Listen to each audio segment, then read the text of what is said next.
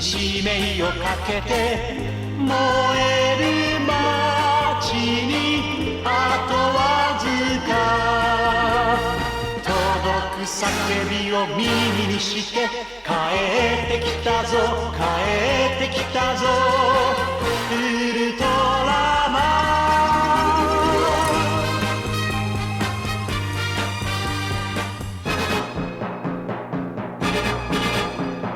ン十字を組んで狙った敵は必殺技の贈り物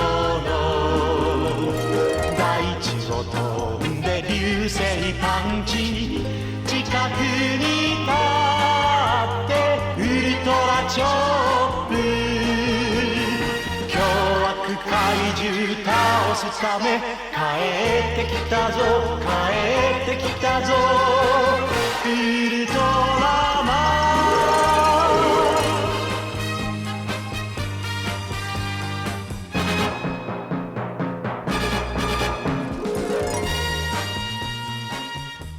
Hello, you are listening to Ultra Q, episode 52. My name is Red. I am joined by Mel. This week I won. You did. I noticed when it happened. I was like, she can hit the button. Also joined by Brad.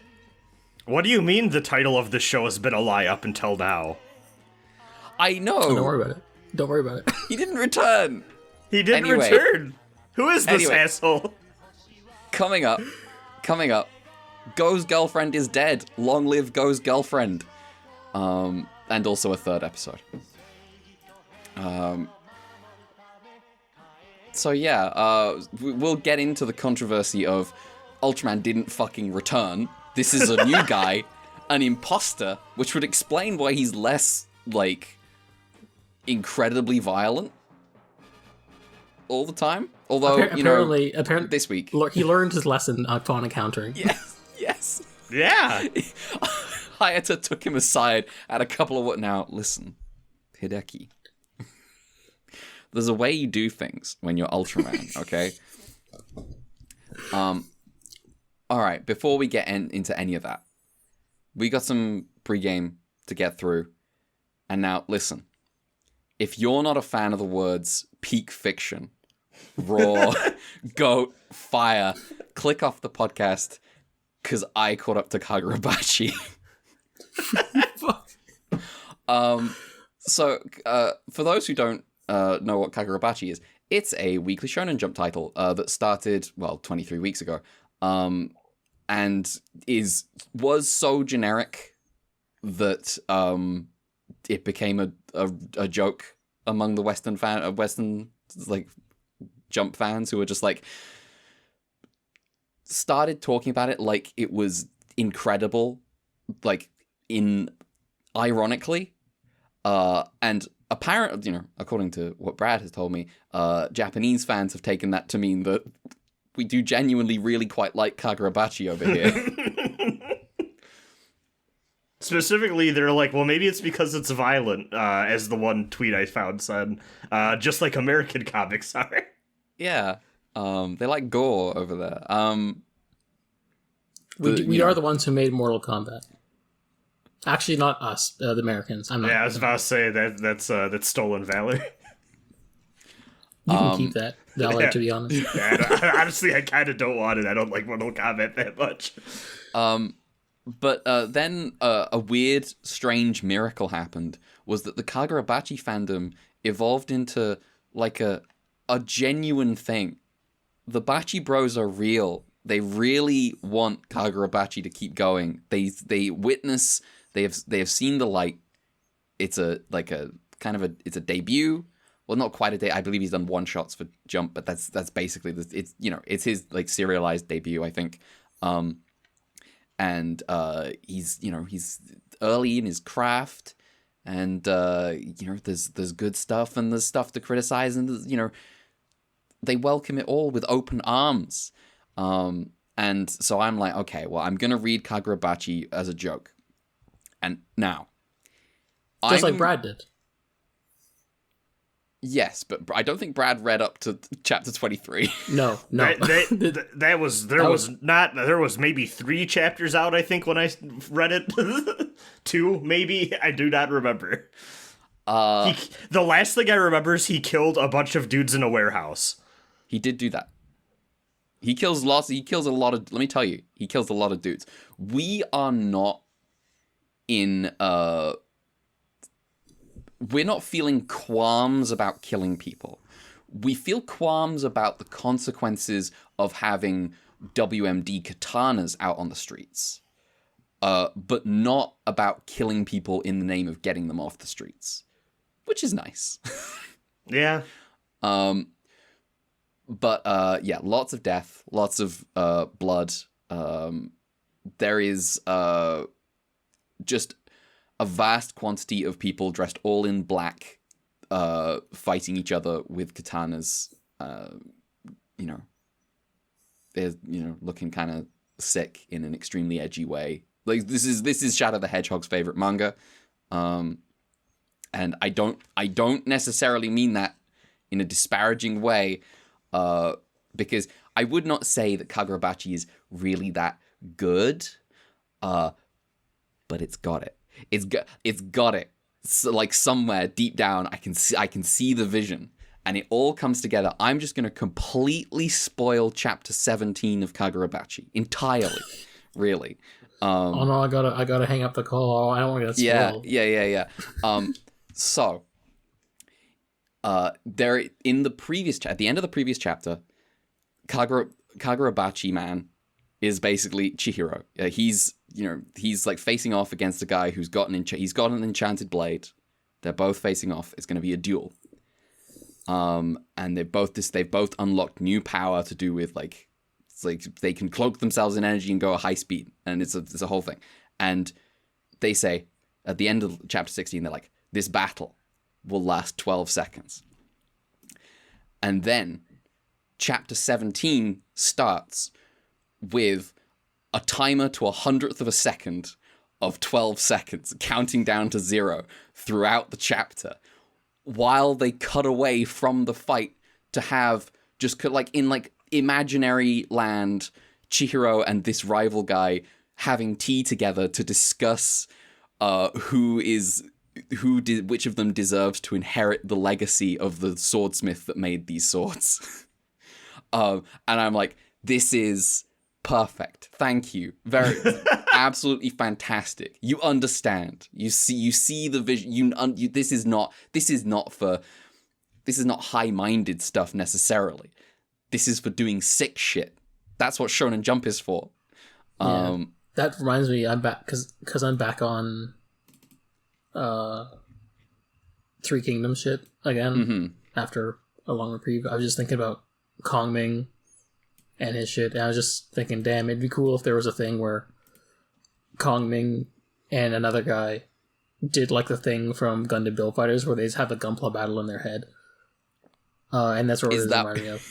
That sounds really cool. Anyway, yes, I opened chapter 7, and this was after the last chapter ended with the battle will take 12 seconds, and this was what I saw on the first page, and I was like, okay, maybe Kagurabachi is goated, actually. That's pretty good. It's pretty solid. It's a strong premise for a chapter. It's also... Now, the other thing about it that's quite nice is we're just doing, like... We've got normal arcs. Like, this arc ends, like, kind of strong, and then we move into the next arc, and it's, like, new... It's not... I don't know how to explain this. It's not doing, like, the Naruto model of... I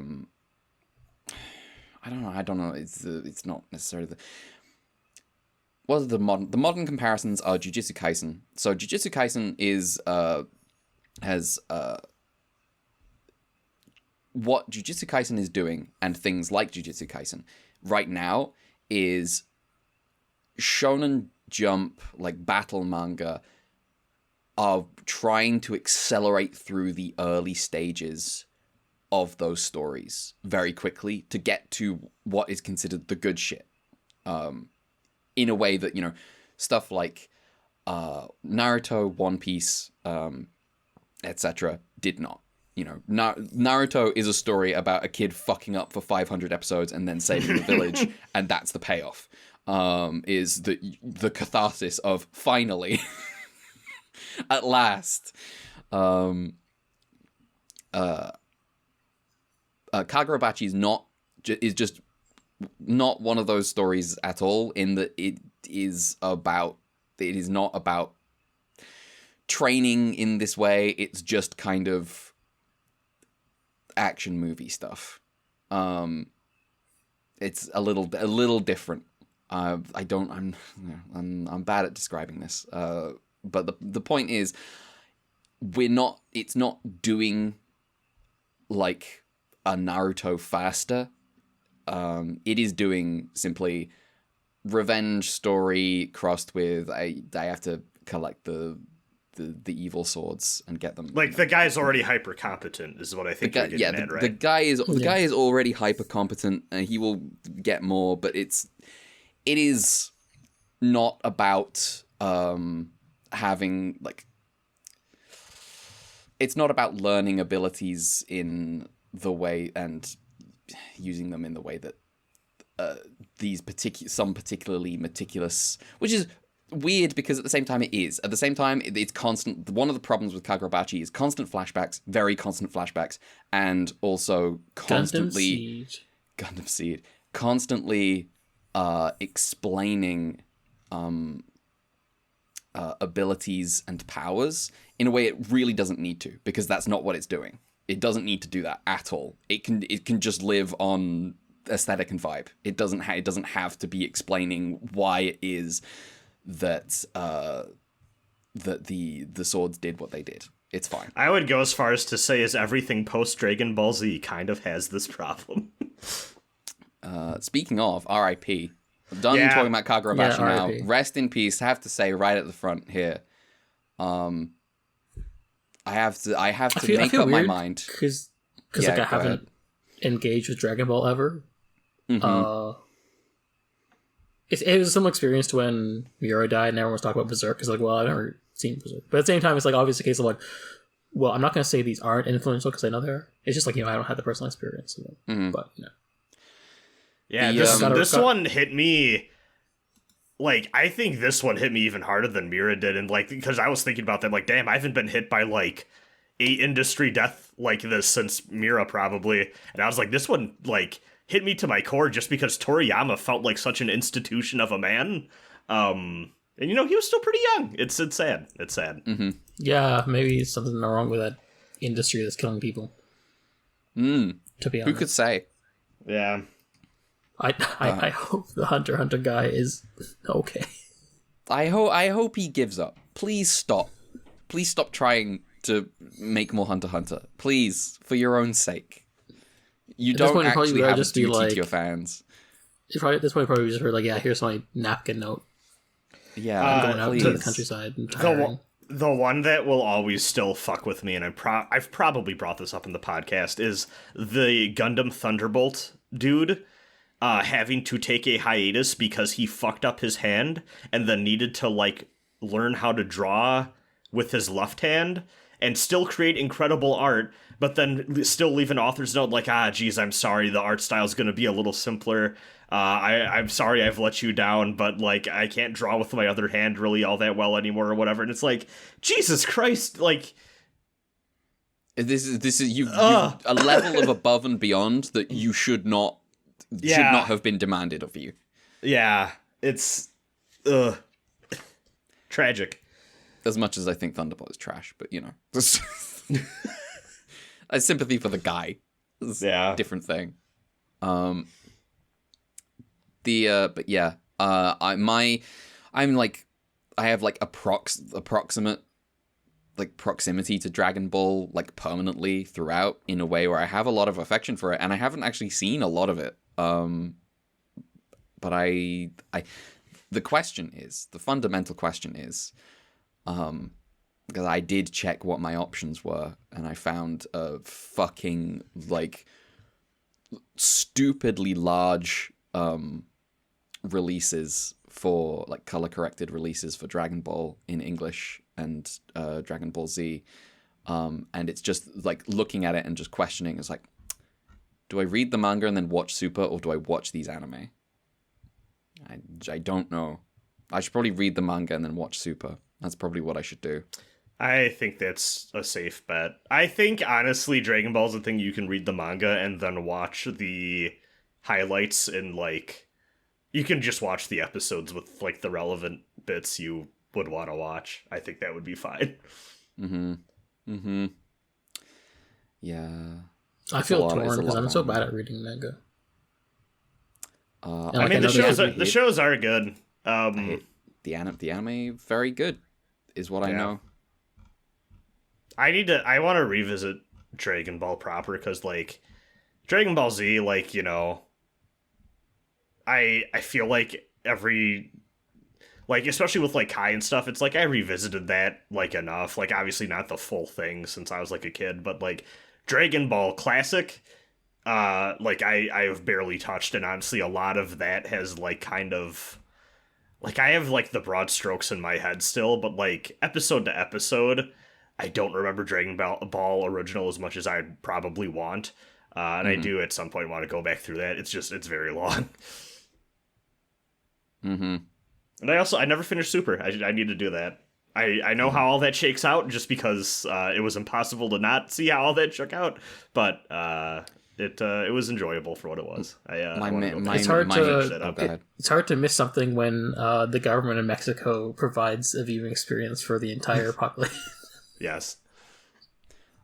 My actual, like, the thing that I know Toriyama from is Dragon Quest. Because, like, Dragon Quest 9 was, like, my first JRPG, I think. And I've been back and I've played, like, Dragon Quest 1 and 2. I'm still waiting on the HD remake for 3. Maybe that will never happen. Yeah. But like, I've got Dragon Quest 11 waiting. I should maybe play the Game Boy Color versions of 1 and 2. I heard people like those versions. It's just a question of translation for me. Yeah. Because I know some of it's like older translations that don't fit with how they're currently the vibe that they've been going for a while. And I have no idea if there's probably people that have ported the translations, the more modern translations for older versions of the game. Not that I would ever advocate trying to figure that out, officer. Not this week after Nintendo. Yeah.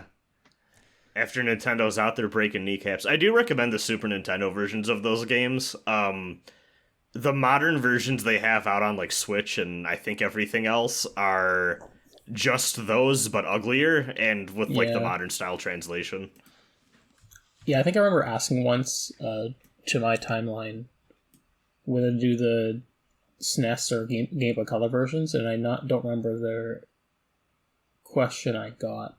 The problem with, and I don't know if this has ever been fixed, the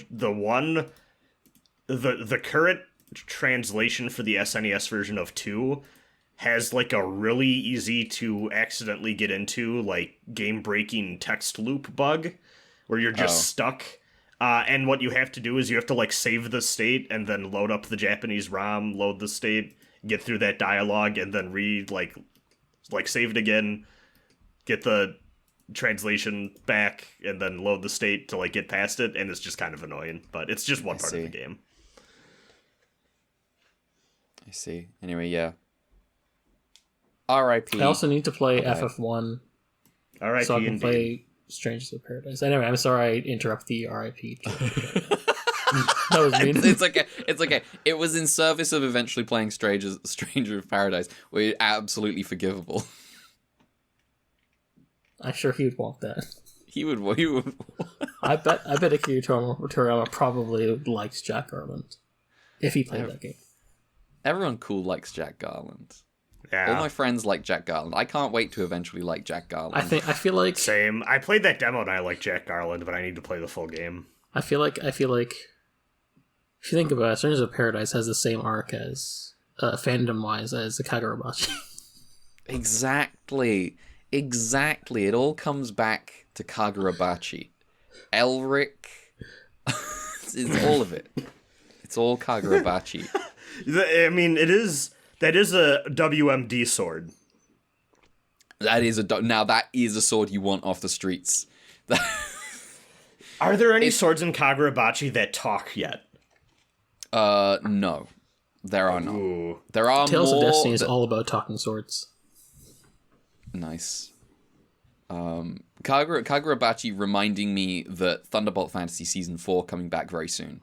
Because that is a show all about a guy who is trying to keep swords out of the hands of people who would use them. Katana Katari is also about that. I've been reading some old D&D modules again recently because I never left that mood.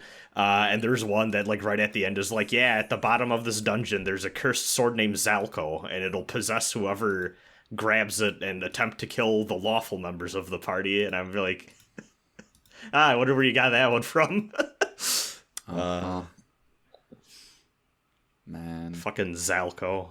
It's Stormbringer is so cool. Anyway, I'm done. I said, we got in our RIP for Toriyama. Had to. Came up naturally. I was not expecting. Yeah. I predicted it'd come up. Just yeah. I drank the water of life, so Who's up next? I got one thing. Go ahead.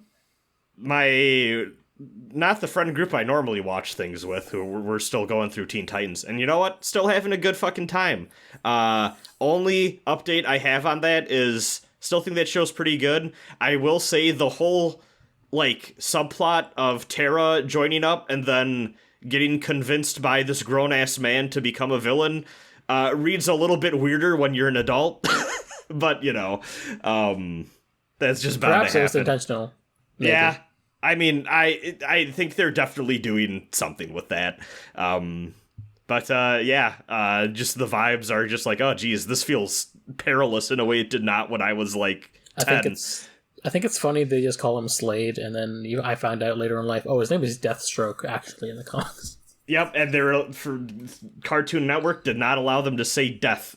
So, which also I have noticed too, because every single time it's like, oh, someone's about to be killed, they're like, oh, he's gonna destroy him, and it's like, no, don't. Come on, what are we doing here? Stroke.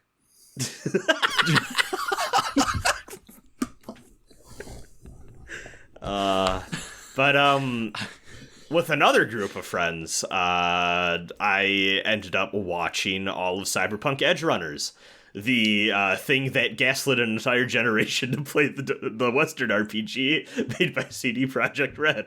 Yeah. So, it's a 7.5 out of 10 if I had to call it. Yeah, that's good for Trigger.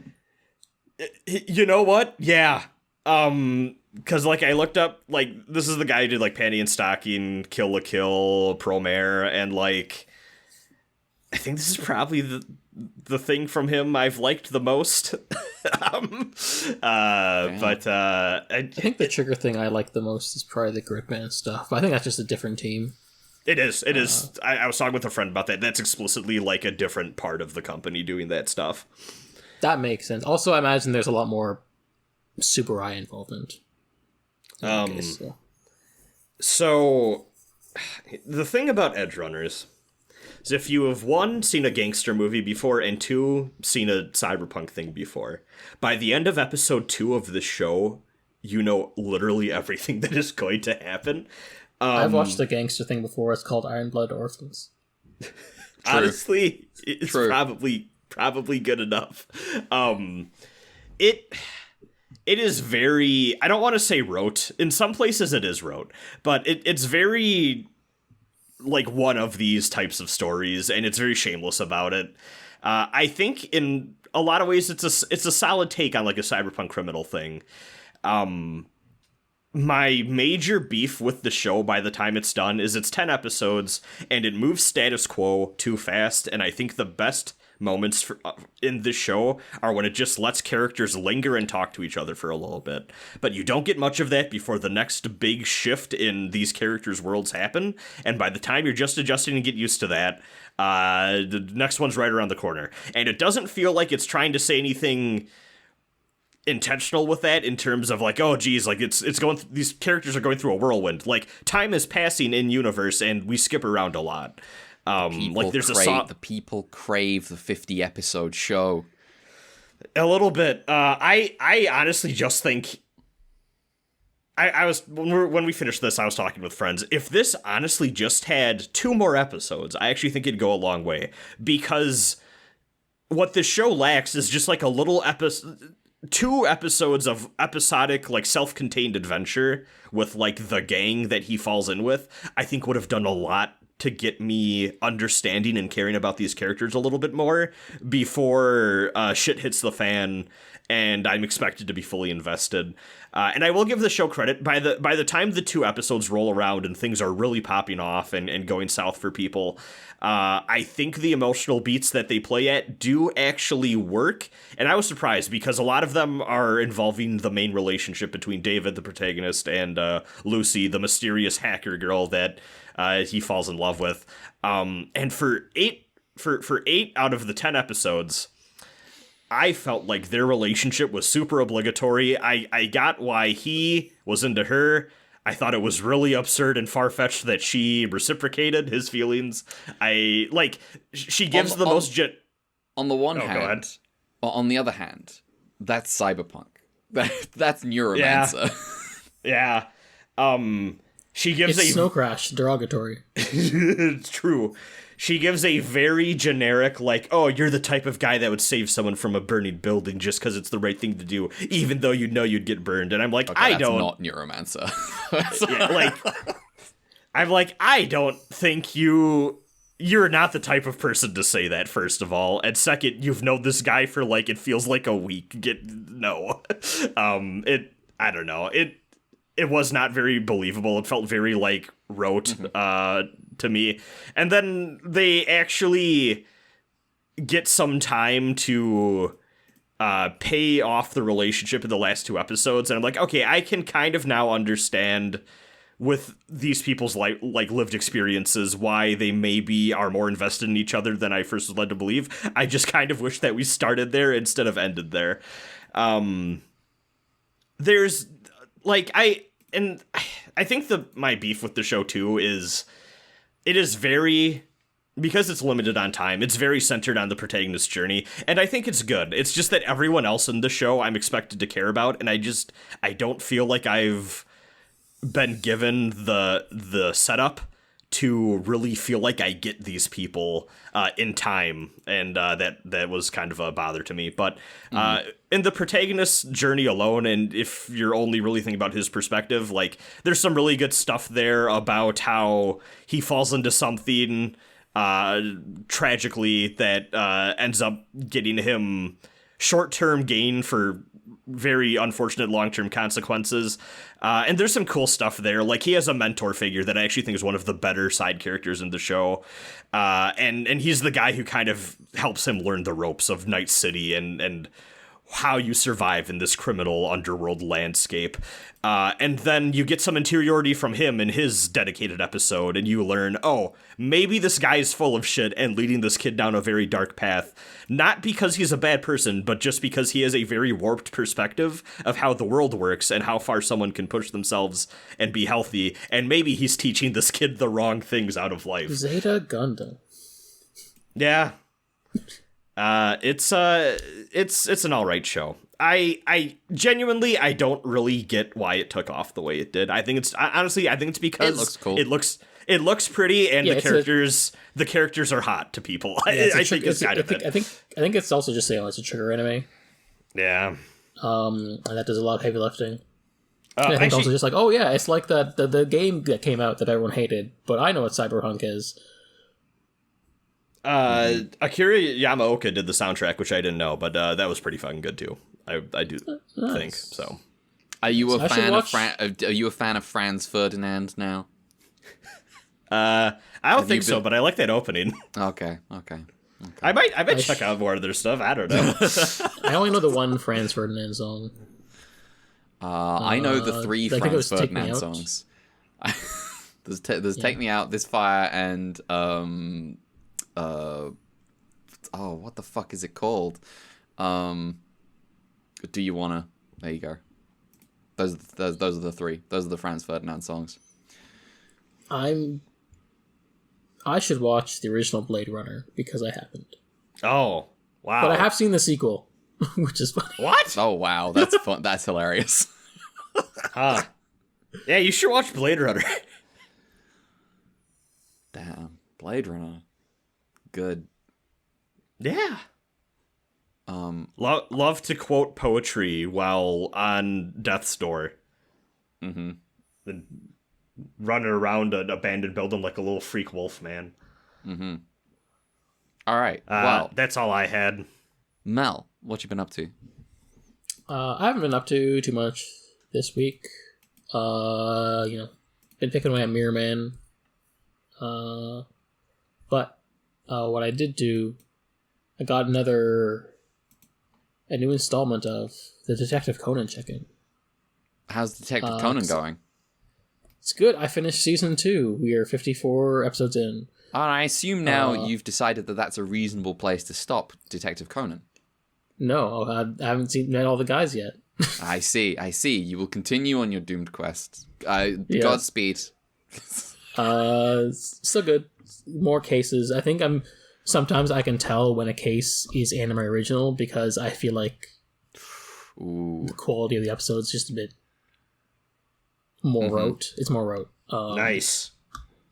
Not they're not always more mid, but some of them are just like I feel like this isn't from the manga just because I feel like this is the boilerplate formula where it's just like the Conan and the crew just happens to be in a place and then a soap opera happens 2 inches to the left of them, and then a murder happens, and then they solve the murder, and then the culprit reveals, but the victim was an asshole, and I feel sad now. I see. And then the episode ends. There are better episodes. I think the ones that are adapted from the manga are probably more compelling. You said you're 52 episodes in? 54. 54. Okay, hold on. Let me just... you are 4%, almost 5% of the way through all of Detective Conan. Let's go! 20 more of that. 1 year of Conan. There's accelerating his 30th anniversary this year. Damn. Not just the manga, though. The anime is like 28. But, yeah. They introduced a couple more guys. You got Rand's mom. Side note, Rand's dad extremely divorced. But yeah, her mom is a cool lawyer lady. And then you also get a guy called Hattori. Or Hattori. I don't know how I said that. I should pronounce Japanese names better. But yeah, Hattori, who's like from Osaka, and he's like a rival detective. And he's like, damn, where the fuck is Shinichi? I want to rival him in a case, solving a mystery. And then in that arc where he shows up, Shinichi, for whatever reason, reverts back to himself for like 20 minutes. And it's like, What? okay, that's a thing that can happen now. What? I see. And he is extremely not pleased with the temporariness of the situation. I bet. But yeah, neither of those two have showed up again since their introductions, so I feel like they're more like going to be more like the rotating recurring cast members rather than like the staples every episode ones, but that's fine. We're expanding the cast. Not everyone can be part of the ensemble all the time. But it's nice to get some more fresh faces. More importantly, though, after finishing season 2, I also watched the first Detective Conan movie, the time-bombed Skyscraper. Nice. Were there time bombs in a skyscraper? Yes, and other places. Twist. I have important things to say about this movie, which is that digital animation was a mistake. We should have gone back sells. Nothing quite like cell animation in the 90s on film in the cinema where they're putting out all the stops. The movie just looks really good. Because it's a movie, they're like, it's a more involved, expanded mystery because it's going for like an hour and a half instead of half an hour. Also, I think instead of like just a normal mystery, I think that it's more like a blending some of that Mission Impossible stuff. It's like going for like a bit of a combination action mystery thing where it's like there's serial bombings going around and it's like, oh, who's the culprit and what's the reasoning? Spoilers: the motivation of the culprit is he is the most archer-pilled person in the universe. I see. Extremely, I will kill my past self in the most ridiculous way. I see. But yeah, it's fun. It's just sort of like you can tell early on who the culprit is, but also there's the fun in sort of like unraveling how they figure it out. But also, even when they figure it out, it's like, well, now we gotta go deal with the bomb we placed. And there's some more interesting stuff with like there's a train set piece. And then the climax is defusing a bomb, and it does this fucking coolest shit ever when they're about to cut the final wire, and then suddenly it goes Kurosawa mode, and the movie looks really, really cool as it like obscures the color for hell the tension. And it's like, well, what's the color of the cord cut? And you don't find out until after the bombs defuse, and just like the tension and everyone, and just like it looks super good how the movie looks in black and white. And this is fucking end of Gunbuster shit. Yeah, it looks. I was just like, holy shit, they fucking did this. Yeah, it's just a good time. It's a really good anime movie. Animation has not looked better, and if there's just like a thing they do every year now, and if I just have a look forward, if this is the baseline of quality I have to look for the movies going forward, then I'm in for a good time. Hell yeah. I have a lot of affection for a good bomber villain. I feel like when done well, you get some good stories out of that. I feel like you do get more out of this if you're a fan of the show, just because like you have more to the character relationships. Because part of the plot of this is like the bombing's happening like the day before Shinichi's birthday, and the bomb goes off like it's set to go off a few minutes after midnight on his birthday, right when it becomes his birthday. And there's this running thing where like Ran has strong-armed Shinichi into going on a date. And he's like, how the fuck am I going to do this when I'm a child? And so obviously, like, if having like more of the show for context of the relationship helps. But also, I think the movie does a good job of like the first 5 minutes being like, hey, do you know what Detective Conan is? Well, here's the premise. So I think you could also just watch this standalone if you wanted to. You don't gotta watch like 50 episodes of Conan to appreciate this movie, I think. It's just good. I think calling a cold shot early, I feel so far the baseline of quality for Conan is higher than Lupin. Well, you will find out. I will find out. As a promise. One of those I've finished. And there's a lot more Conan of Lupin. But also they did just put out a yearly TV movie of Conan that was mid. Not Conan, Lupin that was mid. And also part 2.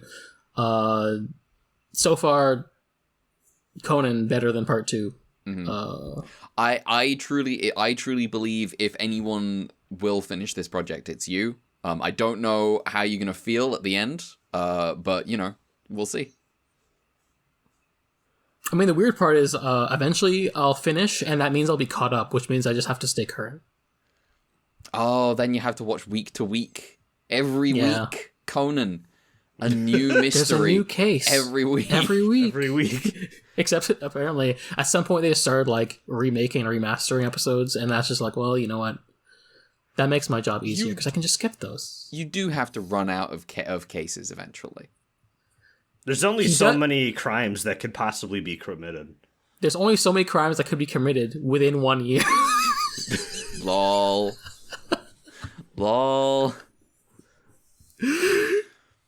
God. You ever see the video where Conan O'Brien goes to Conan Town in Japan? No. No. I remember it being fun. Nice. Yeah. Oh yeah. Also, thing that happens in season 2, you find out his parents are in on it now, and they reveal this to him by like pranking, kidnapping him, and pretending to be criminals. And then they're like, "Ah, surprise! We're actually your parents. We're not actually trying to kill you." And he's like, "Bro, what the fuck is wrong with you?" Hilarious. That's wow. Inventing prank YouTube years before.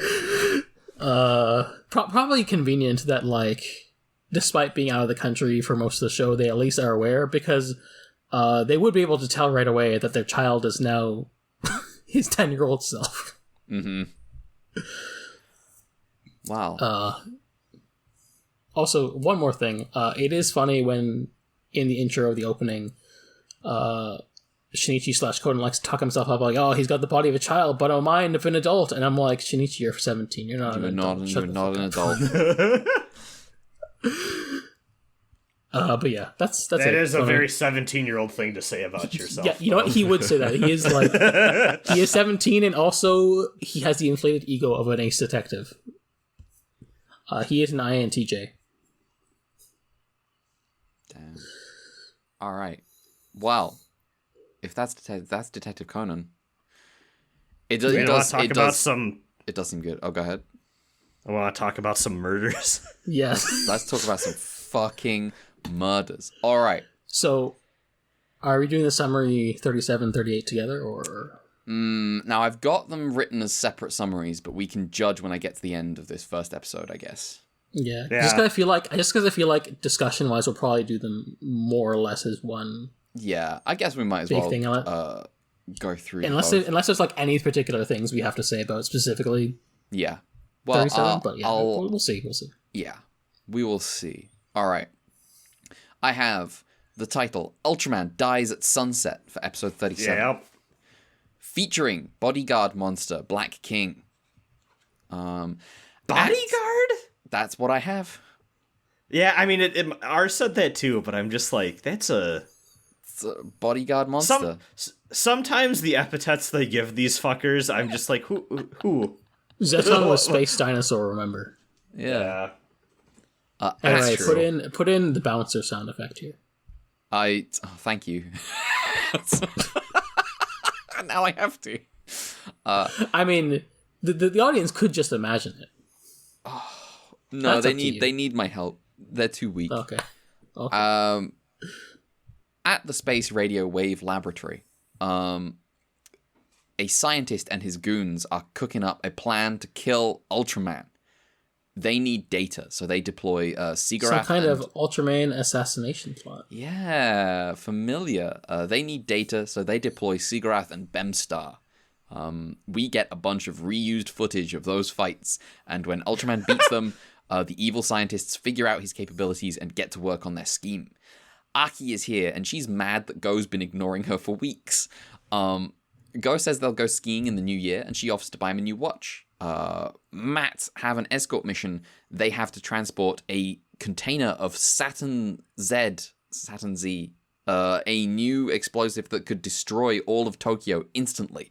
It will be used for peaceful uses. And Ueno's like, oh, okay, so dams then? And Ibuki describes a plan to level a mountain range on the west coast. And I'm like, it's a fun definition of peaceful. Yeah, this is where I was like, damn, I should research the internal colonization of Japanese policies towards the local population. Anyway. I've not done that yet, but yeah. The escort mission goes very wrong. The evil scientists deploy Black King, and while Ultraman and Matt are distracted with that fight, the truck with the Saturn Z... Now, I'm saying I feel free to say Saturn Z. They're saying Saturn Z. That's how they're pronouncing it. Saturn Z gets hijacked. I'm not being embarrassingly British. Just this once. Don't worry. Red is okay. Oh, we outnumber Brad. Brad's the only American. Yes. When they track it down. Go ahead. Yeah, the thing about the demographics of this... Imagine a hamburger. No.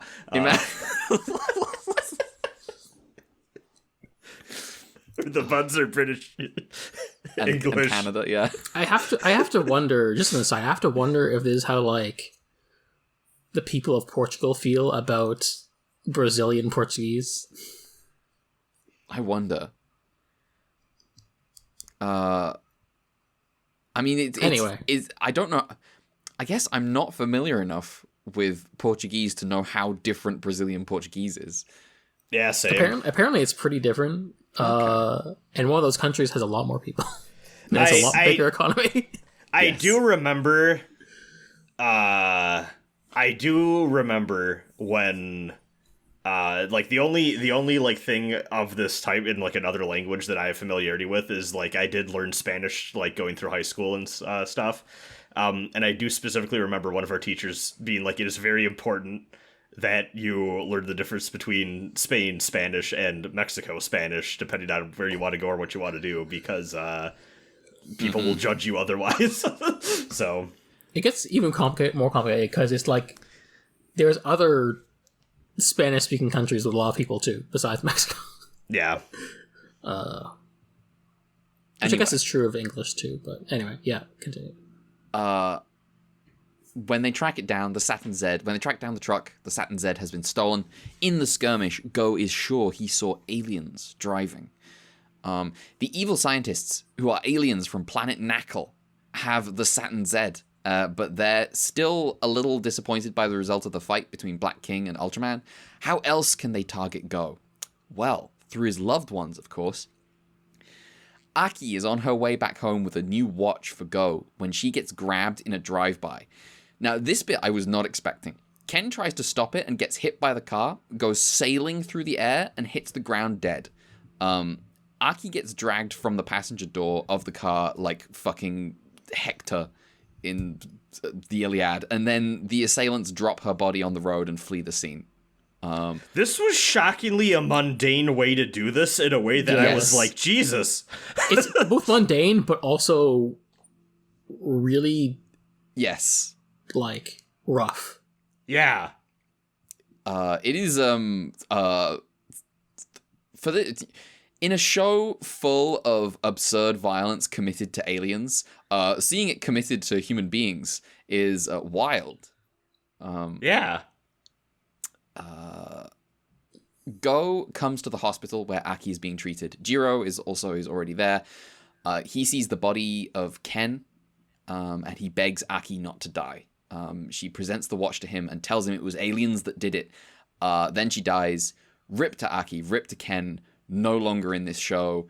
Go to some real ones. Yeah. And by some, I mean Ken, because Aki was not in the show for like 10 episodes. Aki was so not in the show that the first thing she did when she reappeared was get mad how not in the show she was. Yeah. Go and Jiro are both... I appreciate the meta text. Yes. Go and Jiro are both vengeful, but Jiro is a child and can't do anything. Lol, rip. But Go can do things, because he's Ultraman. Go gets the call to say Black King has appeared, and he turns into Ultraman and heads out. The fight becomes a 2v1 when the lead alien Knuckle turns big, because he's so mentally affected by the death of Aki and Ken. Ultraman gets owned and captured. How will our hero escape this predicament? Join us next episode. At the end. Do you want? I feel like it's not the worst idea in the world to just talk about the deaths a little bit before we go into. They got fucked up. So, I think this kind of goes back to the conversation we had last episode a little bit. Like, I did not watch The Next Time On, but just through the process of learning more about, like, who made these episodes and, like, the production notes stuff or whatever, I got spoiled on this a few weeks back because of a Wikipedia article. So I was just like, oh, okay, well, that's going to happen at some point then.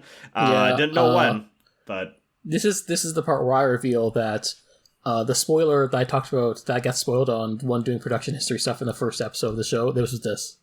Okay. Well, good news. The show spoiled it for you anyway, because I watched The Next Time On and it was like, Aki's dead next week. I'm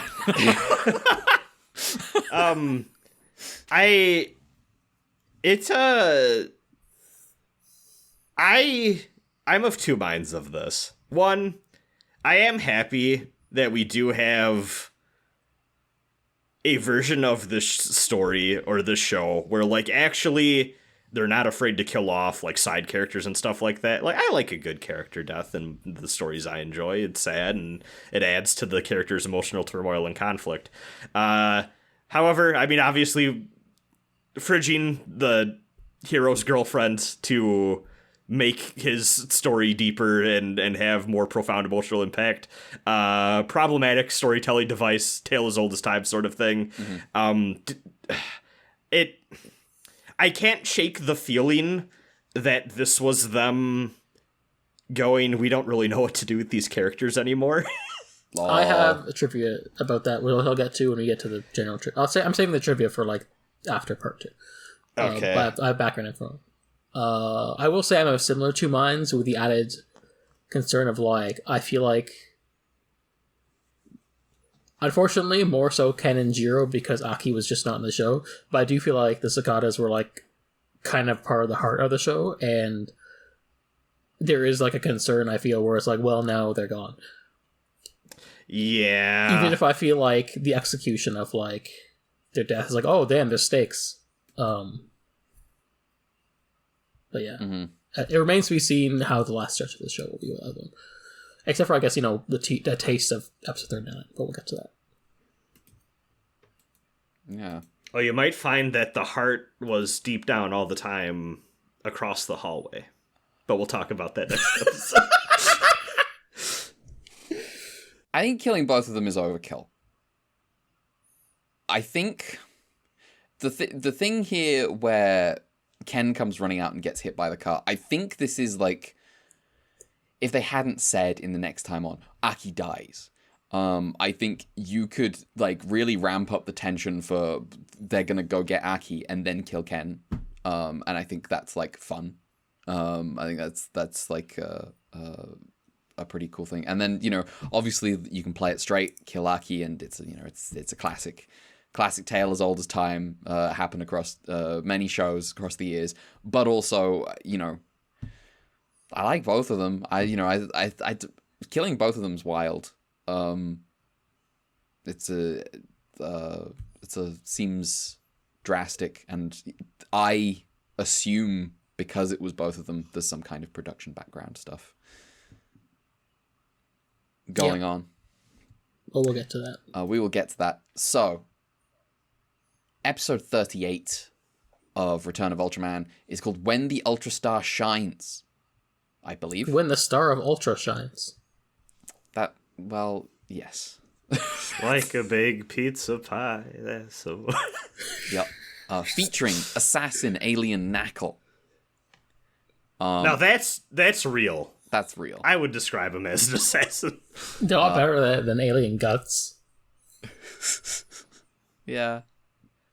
Ultraman gets taken away to an execution site in space, presumably on planet Knuckle, maybe? Yeah, they say he's taken to planet Knuckle. There we go. He gets tied upside down to a cross, but not the Latin cross. Now, this could be a flaying thing, or it could be a St. Andrew thing. We'll, come back to that if we want. We're gonna leave Ultraman there for now. We'll get back to him later.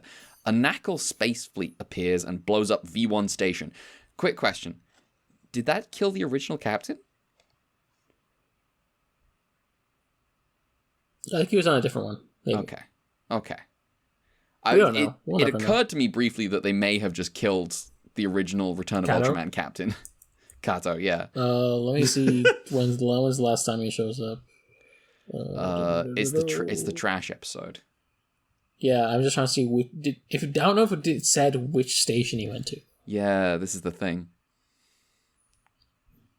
We'll figure it out. Anyway, Ibuki determines that the team has to ignore this fleet for now and deal with the Knuckle on Earth because they have the Saturn Z. I think they find where the Saturn Z is either because of a strange signal or because of radioactivity. Either way, Minami and Ueno go to the space radio wave laboratory, get trapped, get owned, and then get mind controlled and sent back to Matt HQ.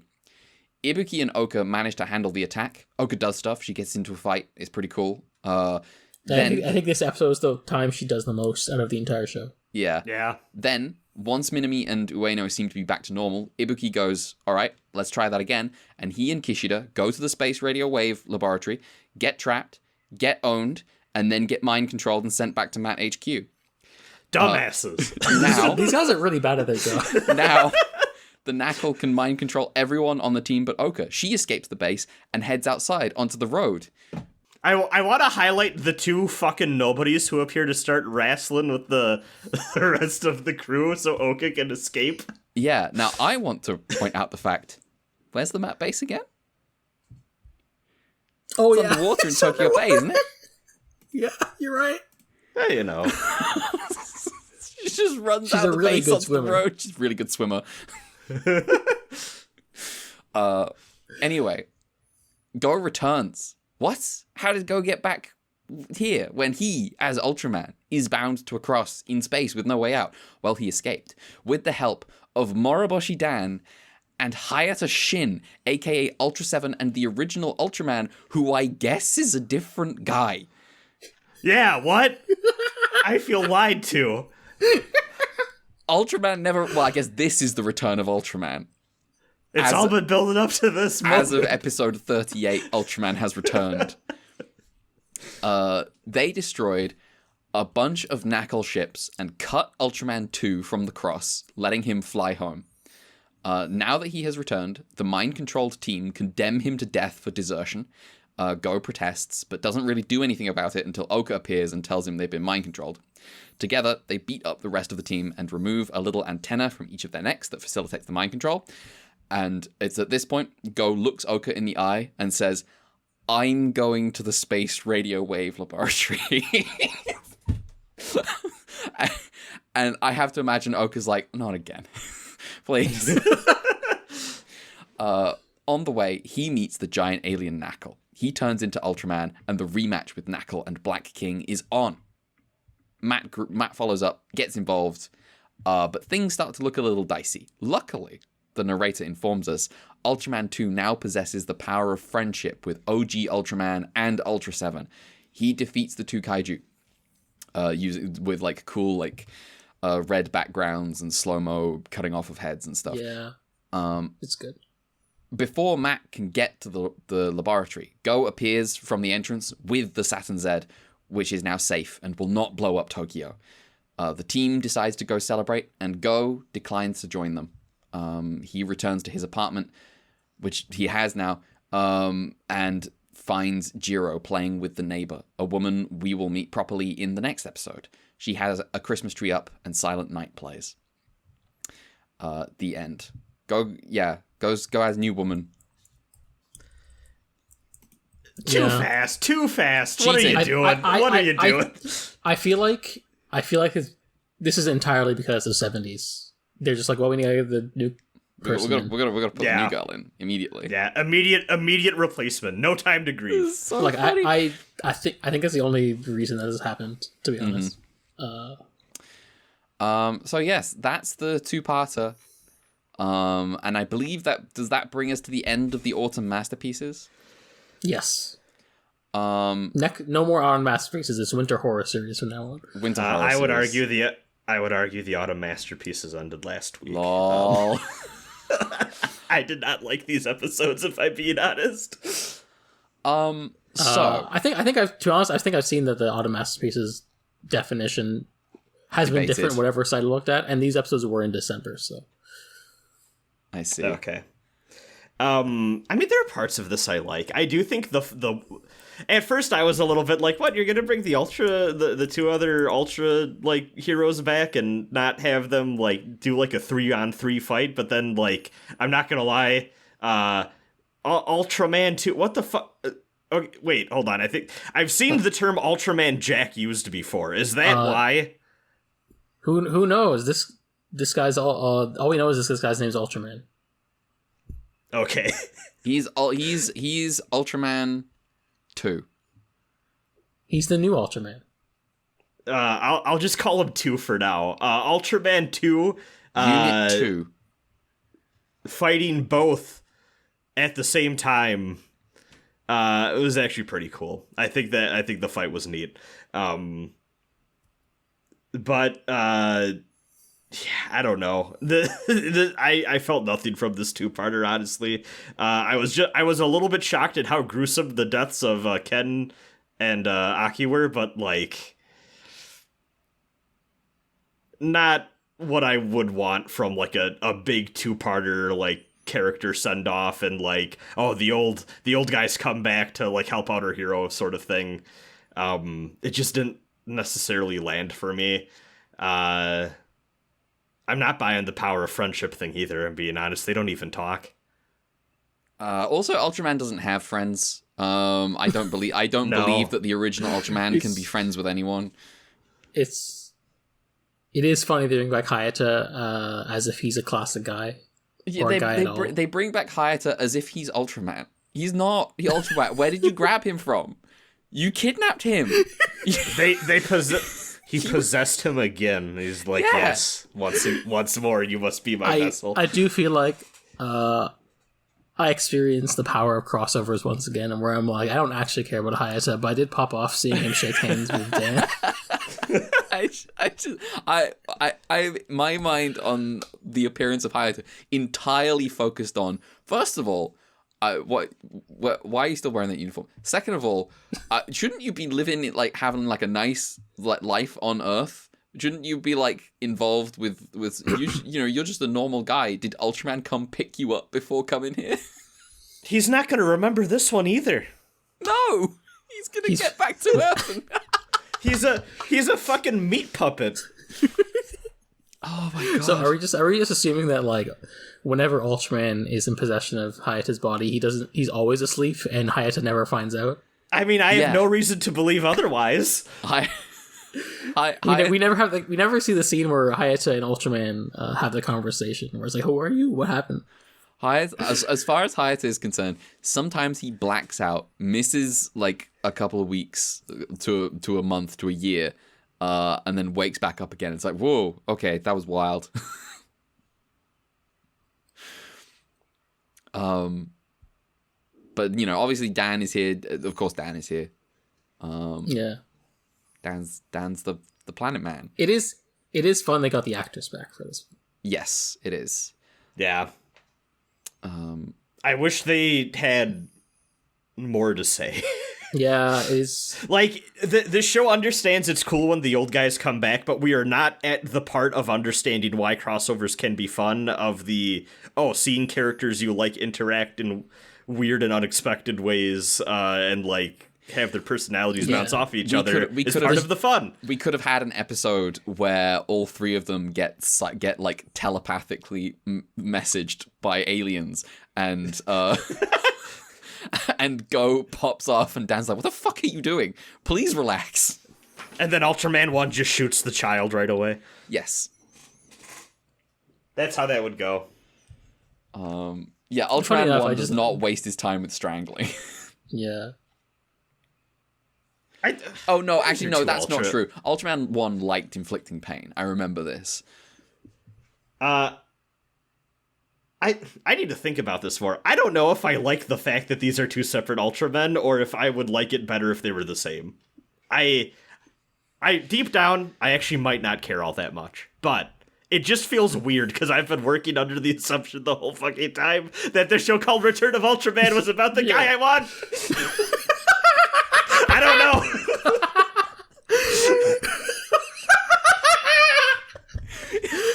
This is the funniest outcome. Ultraman 2.0, you cannot return.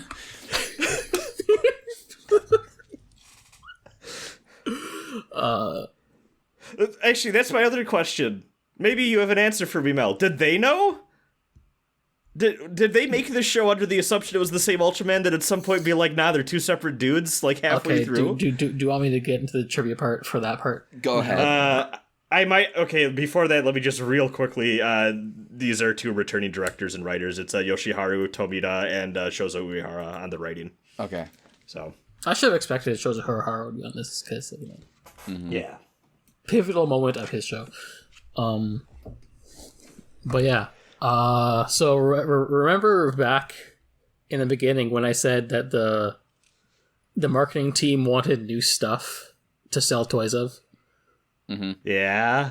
Yeah, so Super Rad was like, well, we can just make the Ultraman suit different, and it'll be like good enough. And then at some point, the marketers will be like, well, no, if we have 3 Ultraman, we can sell 3 Ultra toys instead of just 2.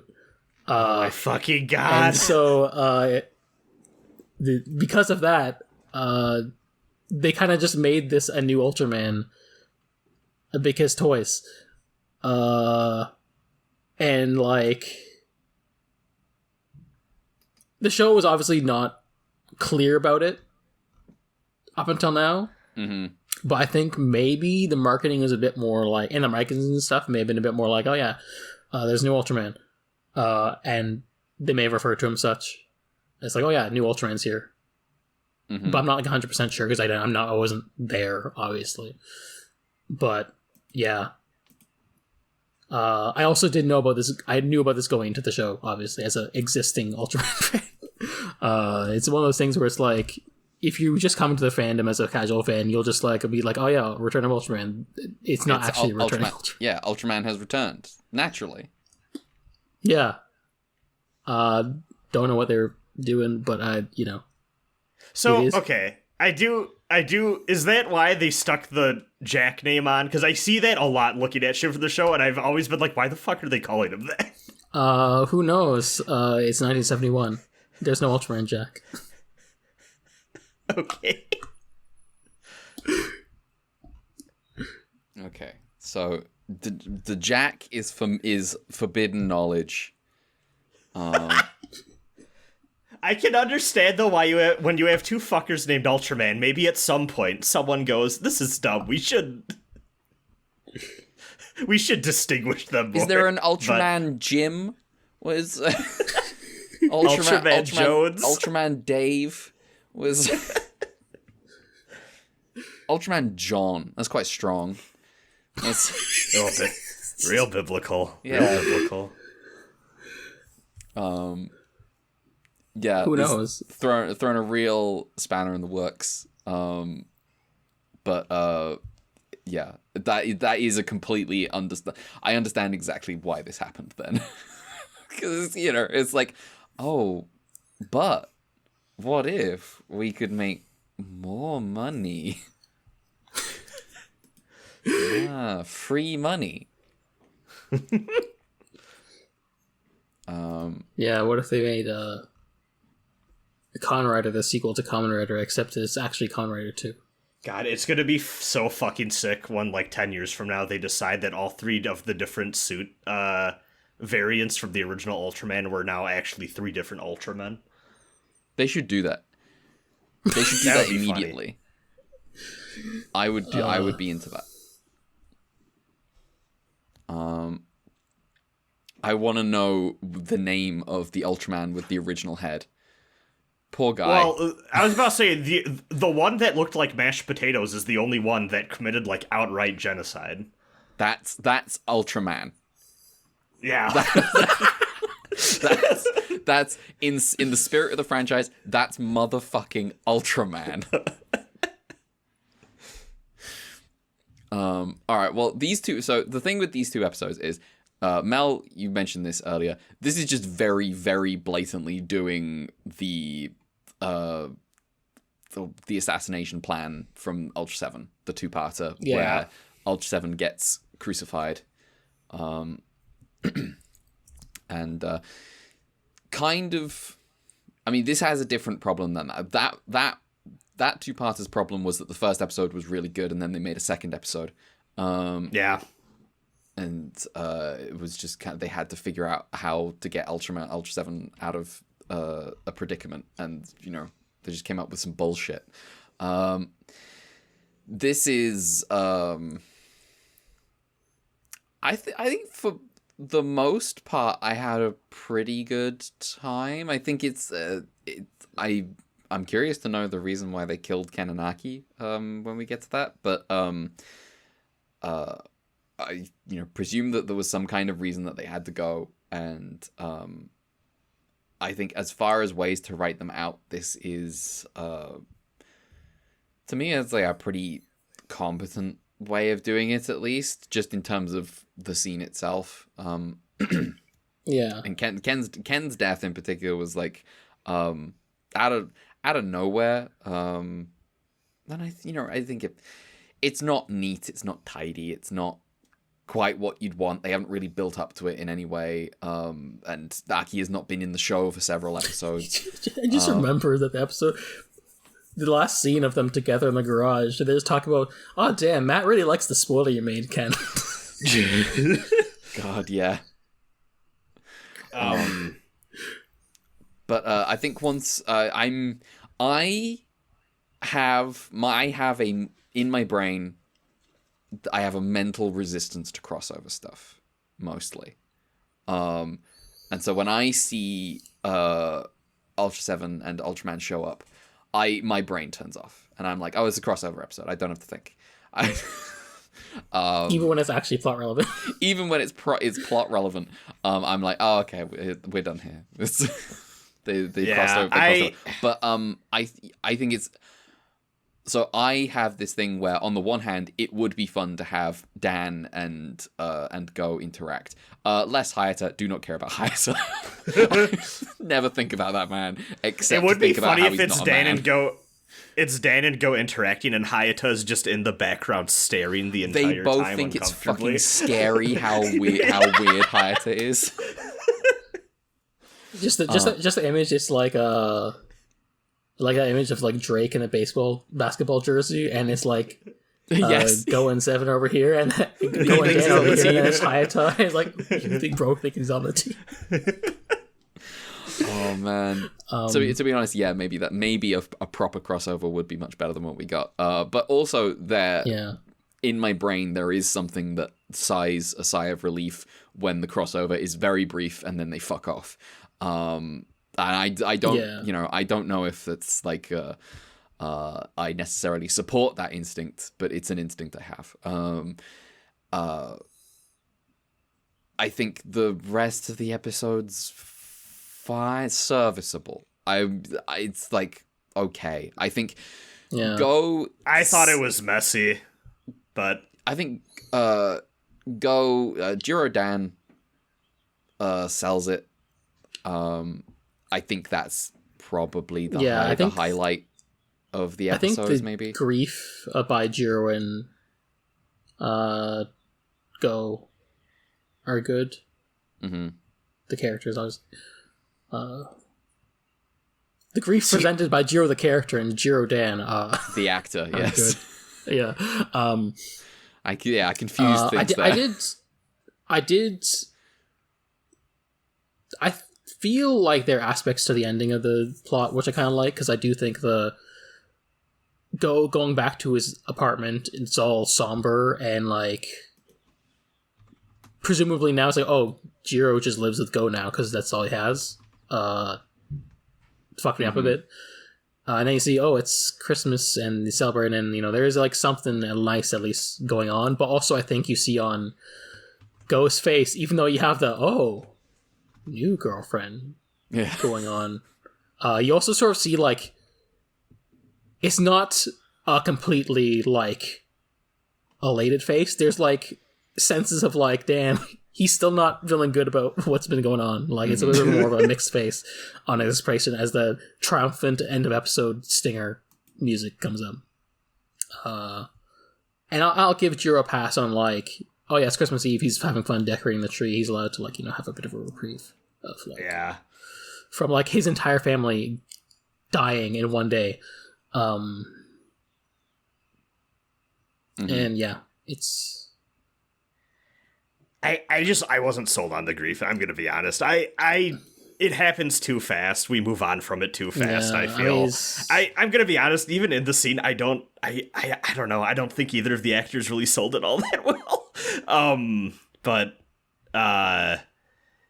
it was that for me, and also just like I felt the stuff with Matt running around and getting hypnotized over and over again, and then the stuff with like fighting with Oka. And then almost executing Go felt just really messy for me. It is funny they do the same thing twice. Now, will it surprise you to know that secretly this is my favorite part of the episodes? I love them going, damn, we got owned. time for two more people to go, and then go to just tell us, okay, you stay here and deal with their antennas. She said, where are you going? I'm going to the space radio wave laboratory. It's like, oh, for fuck's sake. I must disclose, I did want to use this scene where he pulls out the Saturn Z for a meme. I thought about doing a Surface that crystal meme with it. But I was lazy to actually edit it, so you can get the idea. I can get the idea. Also, this isn't a real complaint, but I did think it's funny how they freeze I can't remember if it's the first or second group that goes in, but they plant the bomb, and then they're like, "Oh, we're gonna blow you up with your own bomb," and then they just don't do that. Yeah, they don't. They don't like, do that at all. Wait, hold up. We have a better idea. Yeah, that's Let's true. send them back. That's true. It is a bit of a. I don't know. I guess I felt like the stakes of the episode and the crossover stuff, so I did pop off, even if it is probably like kind of stupid in a way.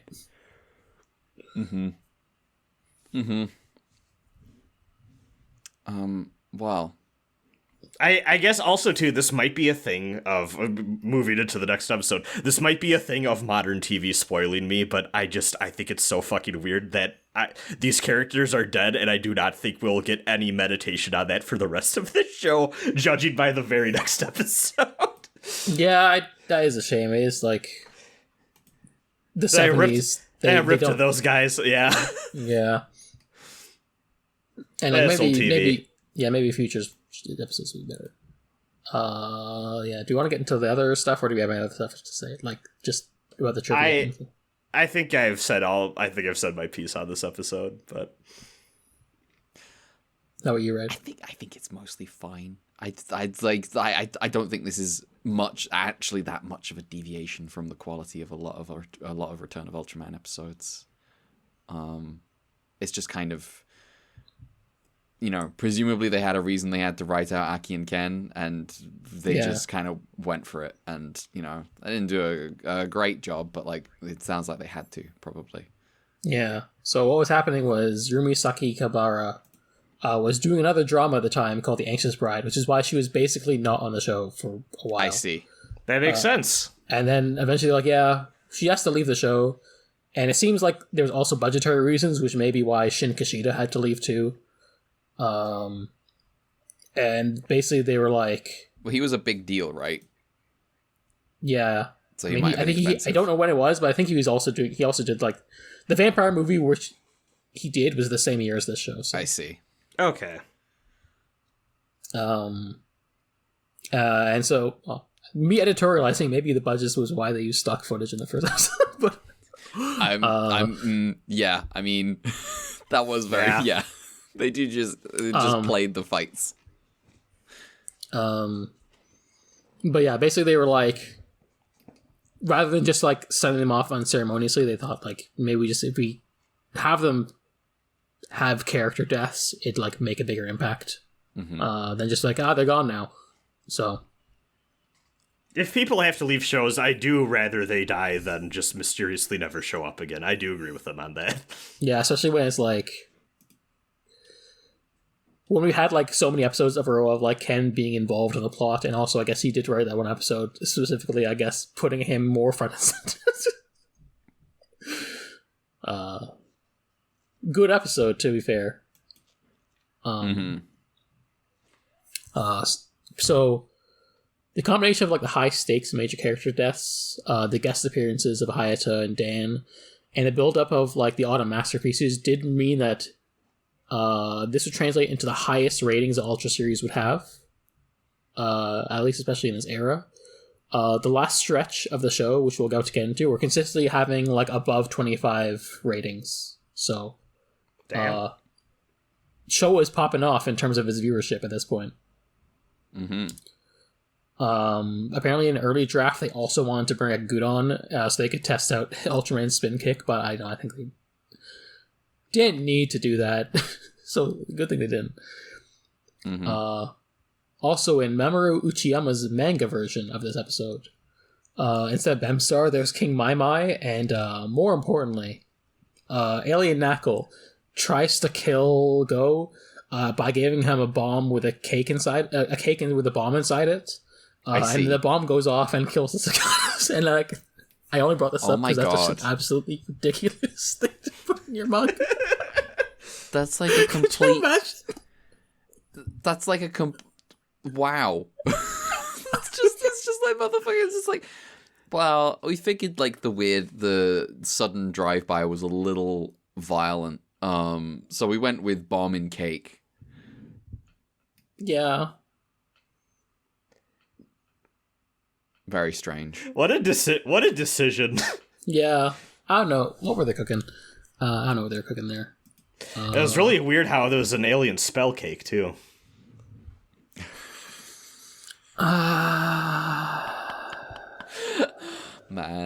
Man. Sometimes you make a mistake. Yeah. Sometimes you do make a mistake. Anyway. Yeah. Anything more for these episodes? Yeah. One fun fact: this episode did air on episode 38. Did air on a Christmas Eve, 1971, and it was also the last episode of 1971.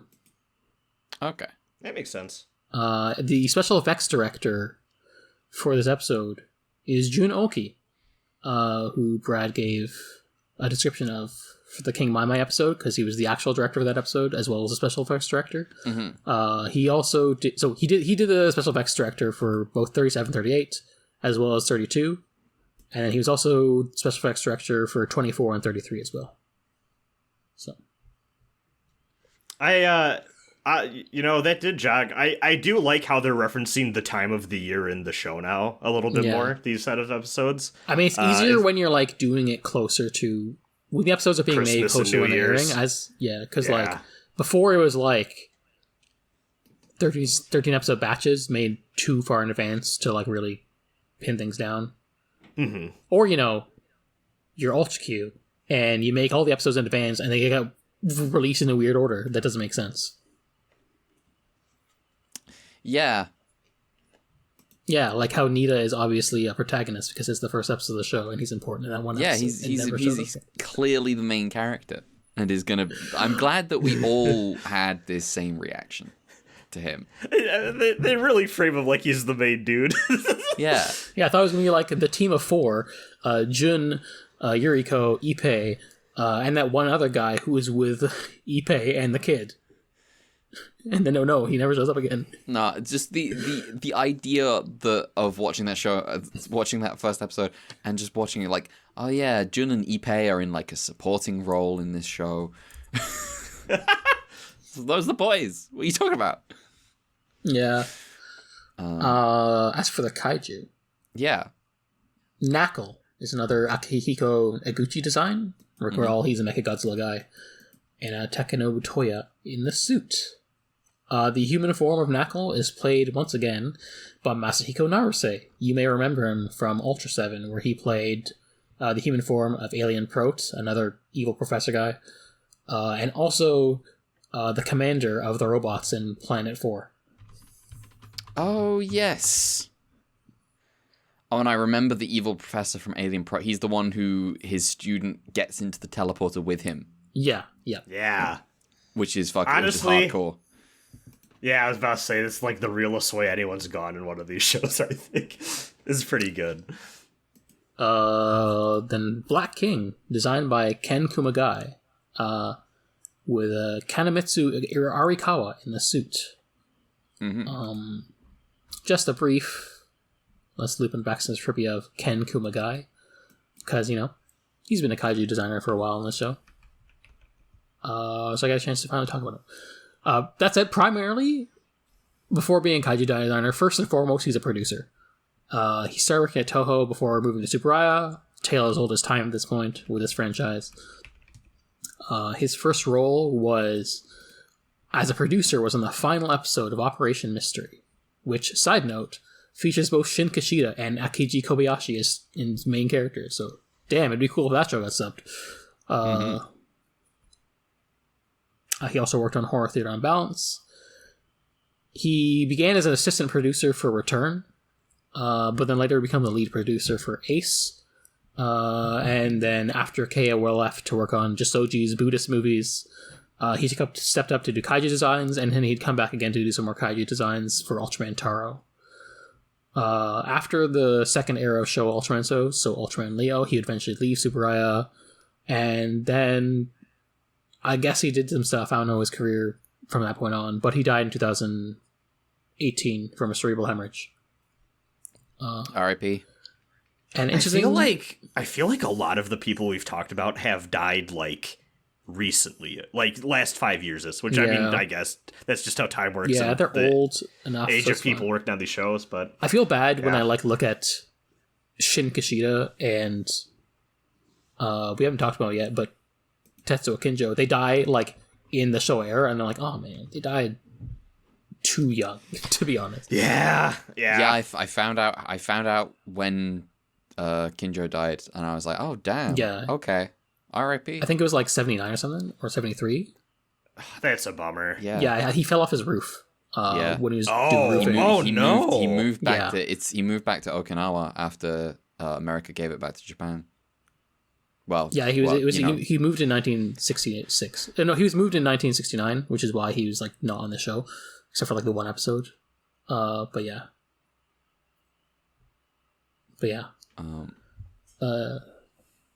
Just the last point on Kumagai. He had apparently had a policy of when a new director was being pulled on, he'd pair them up with a veteran screenwriter to someone to show them ropes or work with, which I think is interesting.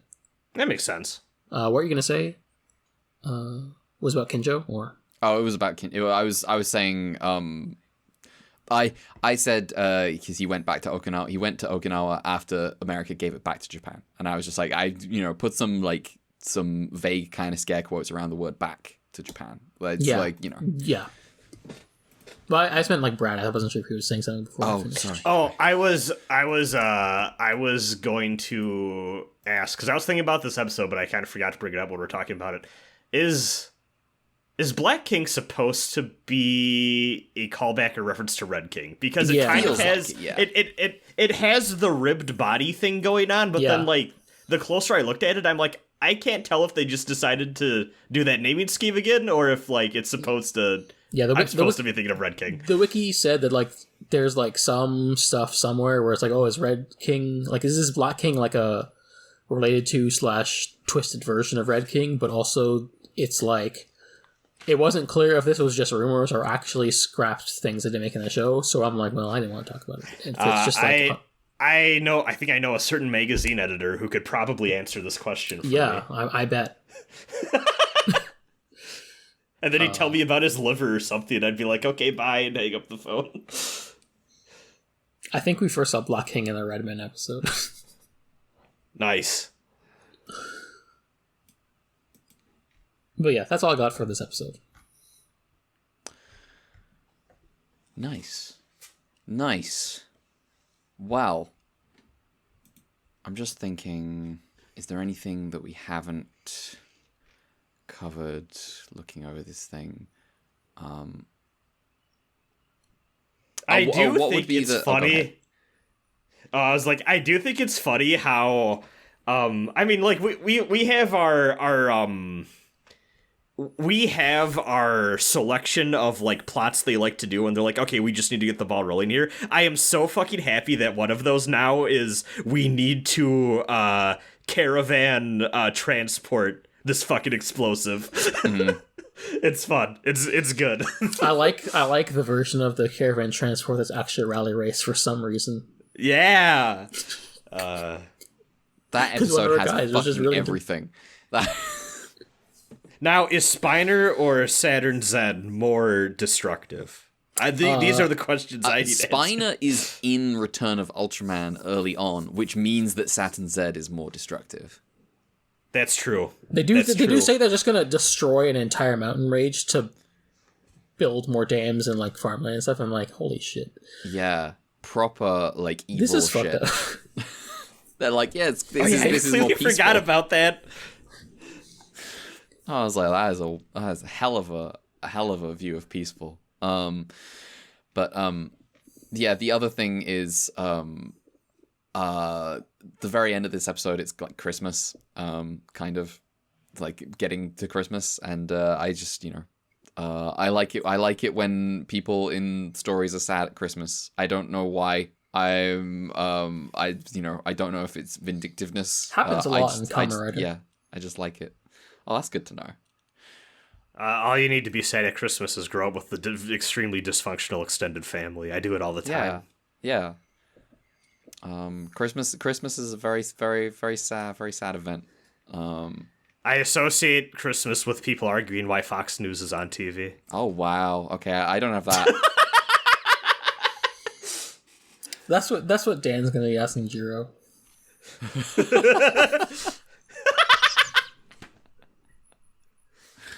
All right, episode 39. Jiro, why do you have Steven Crowder on Christmas? Jiro, why are you listening to Rush Limbaugh? Okay. Before Andrew Tate comes up on this podcast again,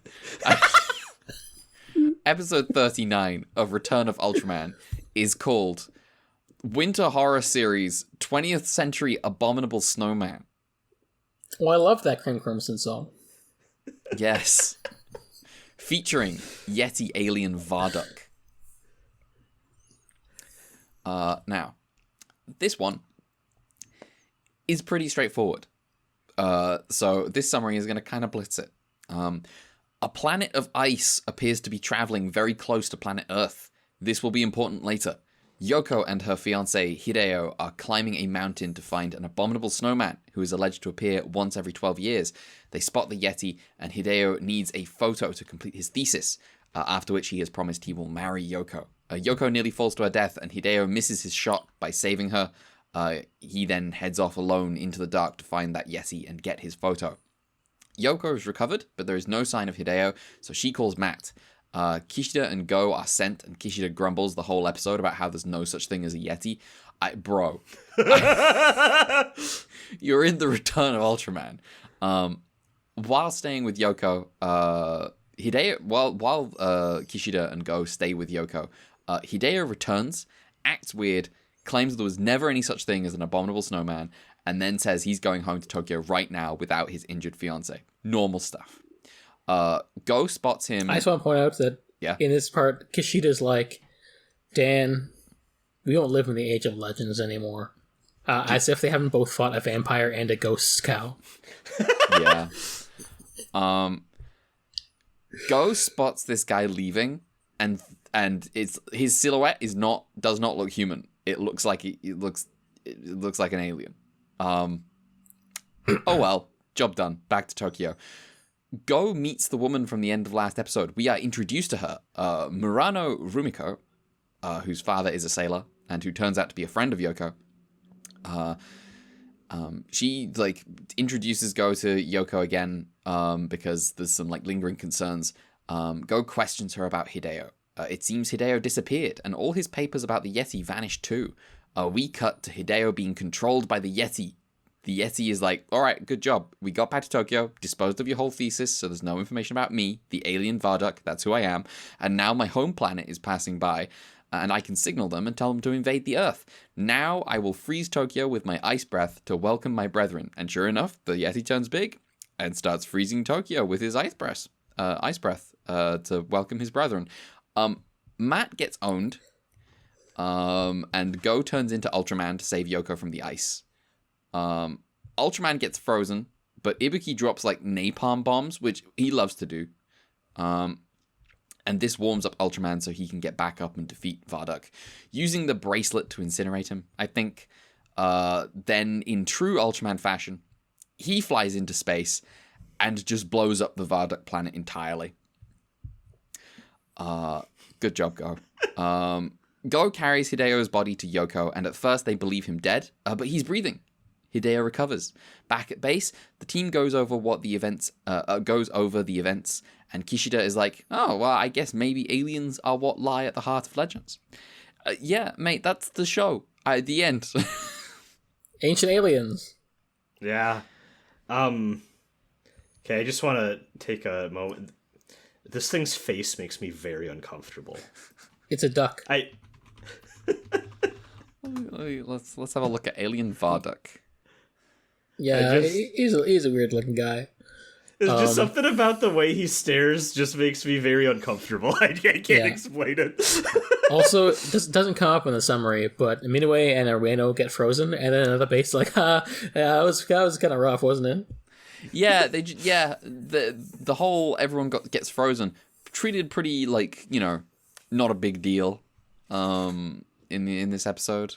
So I guess they can fix that. There's no problem. The one other quick thing I'd like to know is the way Varduk appears from outside, like out of, because he's like possessed Hideo.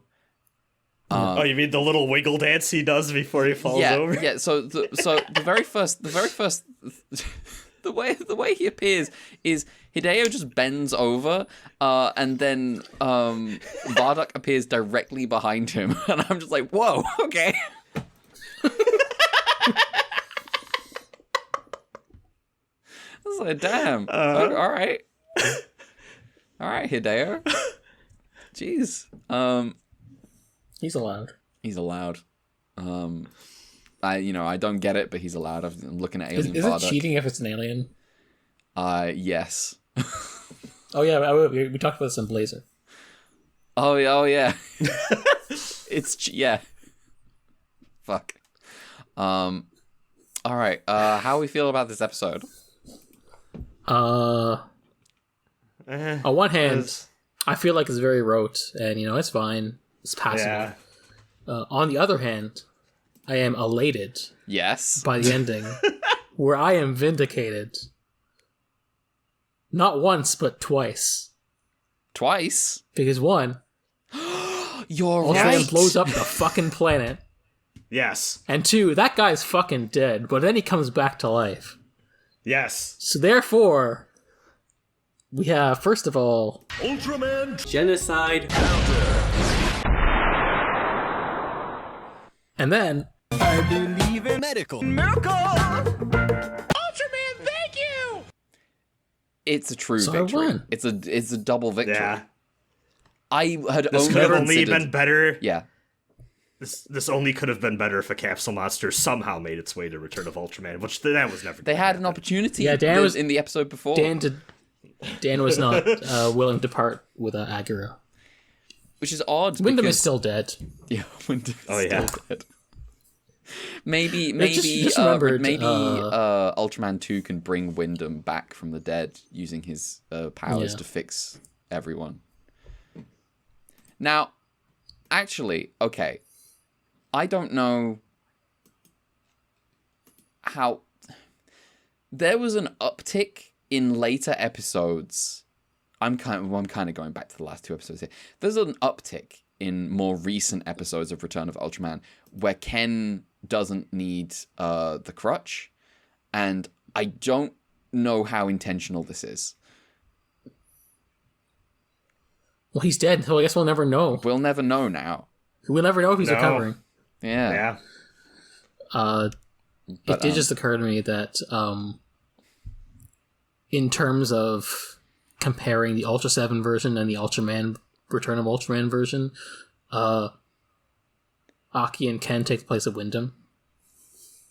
Damn. I can tell you which one I care about more. Well, it's not Wyndham. It's not Wyndham. Okay. You said that as if it was. No. For a split second. Yeah, there. I realized. was like, oh. I realized. No. I don't remember what does Wyndham look like? He's like robot the big dragon. robot-y one. Yeah. Oh, you know what? I do like Wyndham. Yeah, that's why they did the Canadian Conan episode of Blazer, because they put Gairon instead of Wyndham. Does anyone else wish that this looked more Yeti-like? I know we kind of already got two of those. Guess what? The original design was originally more Yeti-like. Okay. Can we skip some steps and see what that looks like right now? Let's see. Yeah, see, this is a little more. What the fuck is going on here? Okay. Now, put them away. Yeah. This Yeti got some mommy milkers. I was like, okay. All right. That's much more Yeti-like. This is like completely just an alien. I don't understand how this gets a reputation as an abominable snowman other than it lives on a mountain. Yeah. Even when we see it from behind in like the first like mystery shot, I'm like, that doesn't really look like a Yeti. Yeah. Very strange. What else? I suppose the big the thing that the big thing they pull off this episode is the freezing of Tokyo, which is kind of that's the big set piece for this episode.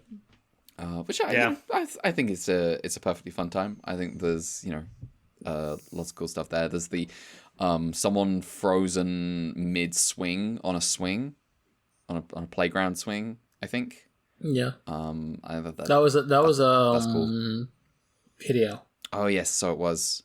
I think that's definitely the one where I'm like, oh yeah, okay, we're having fun. Yeah. I like the numerology in this episode. The numerology in this episode. Yeah, because it's 240 or whatever. Yeah, it's 240 years, and the Yeti shows up every 12 years, and this is the 12th of those 12 years. Yes, and therefore the planet's coming by. I believe this is the only one of these that are like, well, here's what happens when gravity has an effect on a planetary body. Yeah. They were talking about how it's gonna be closest to Tokyo, and I'm like, how close to Earth is it if that's relevant? Like, yeah. The way they talk about these planets is like, oh yeah, they're just gonna stop make a pit stop like a car, and not like gravity has an effect on these two bodies, and then they will collide and destroy each other. Yeah. I was truly bizarre perception of a planet coming close to Earth. I was like, what do you mean it's going to be closest to It's going to be closest to fucking what? I don't know if to be fair, apparently in my weird paleontology kick, I saw a YouTube video where I don't know if the impact theory of killing the dinosaurs was a thing yet at this time. Mm-hmm.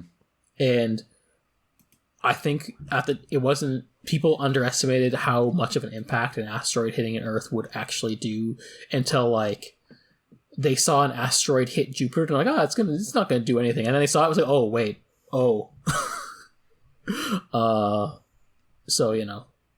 Mm-hmm. But it is worth noting that the one that killed the dinosaurs was only 10 kilometers wide. I say only, but Mm-hmm. Just Yeah. All right. Big mass hitting really fast. Damn, it wasn't I guess the impact theory wasn't until 1980. Damn. Yeah, that's more recent. That's more recent than I would have thought. Yeah. Science is fun. Yeah, I just thought this episode was kind of okay. Yeah, Yeah. It feels more like what we had in the first stretch of the show. Mm-hmm. Except it's aliens now instead of a new dinosaur. We've kind of pivoted wholly to aliens at this point, which I'm like, okay. I liked it when we had some variety, but yeah, I'll take aliens. We'll see what the last stretch is. We have a month left, apparently. 1 month of Return of Ultraman left. I am very curious how this last stretch goes with the new change in cast and all that. Yeah. It's kind of late in the game for us to do a lot of stuff with them, but Mm-hmm. We'll see. All right. Well, do we have anything more to say about this episode other than I got production stuff? Yeah, I got production stuff. I'll let Brad go first though. This was directed by Masanori Kake and then written by Shigemitsu Taguchi, who I think last time did Jiro Rides a Monster.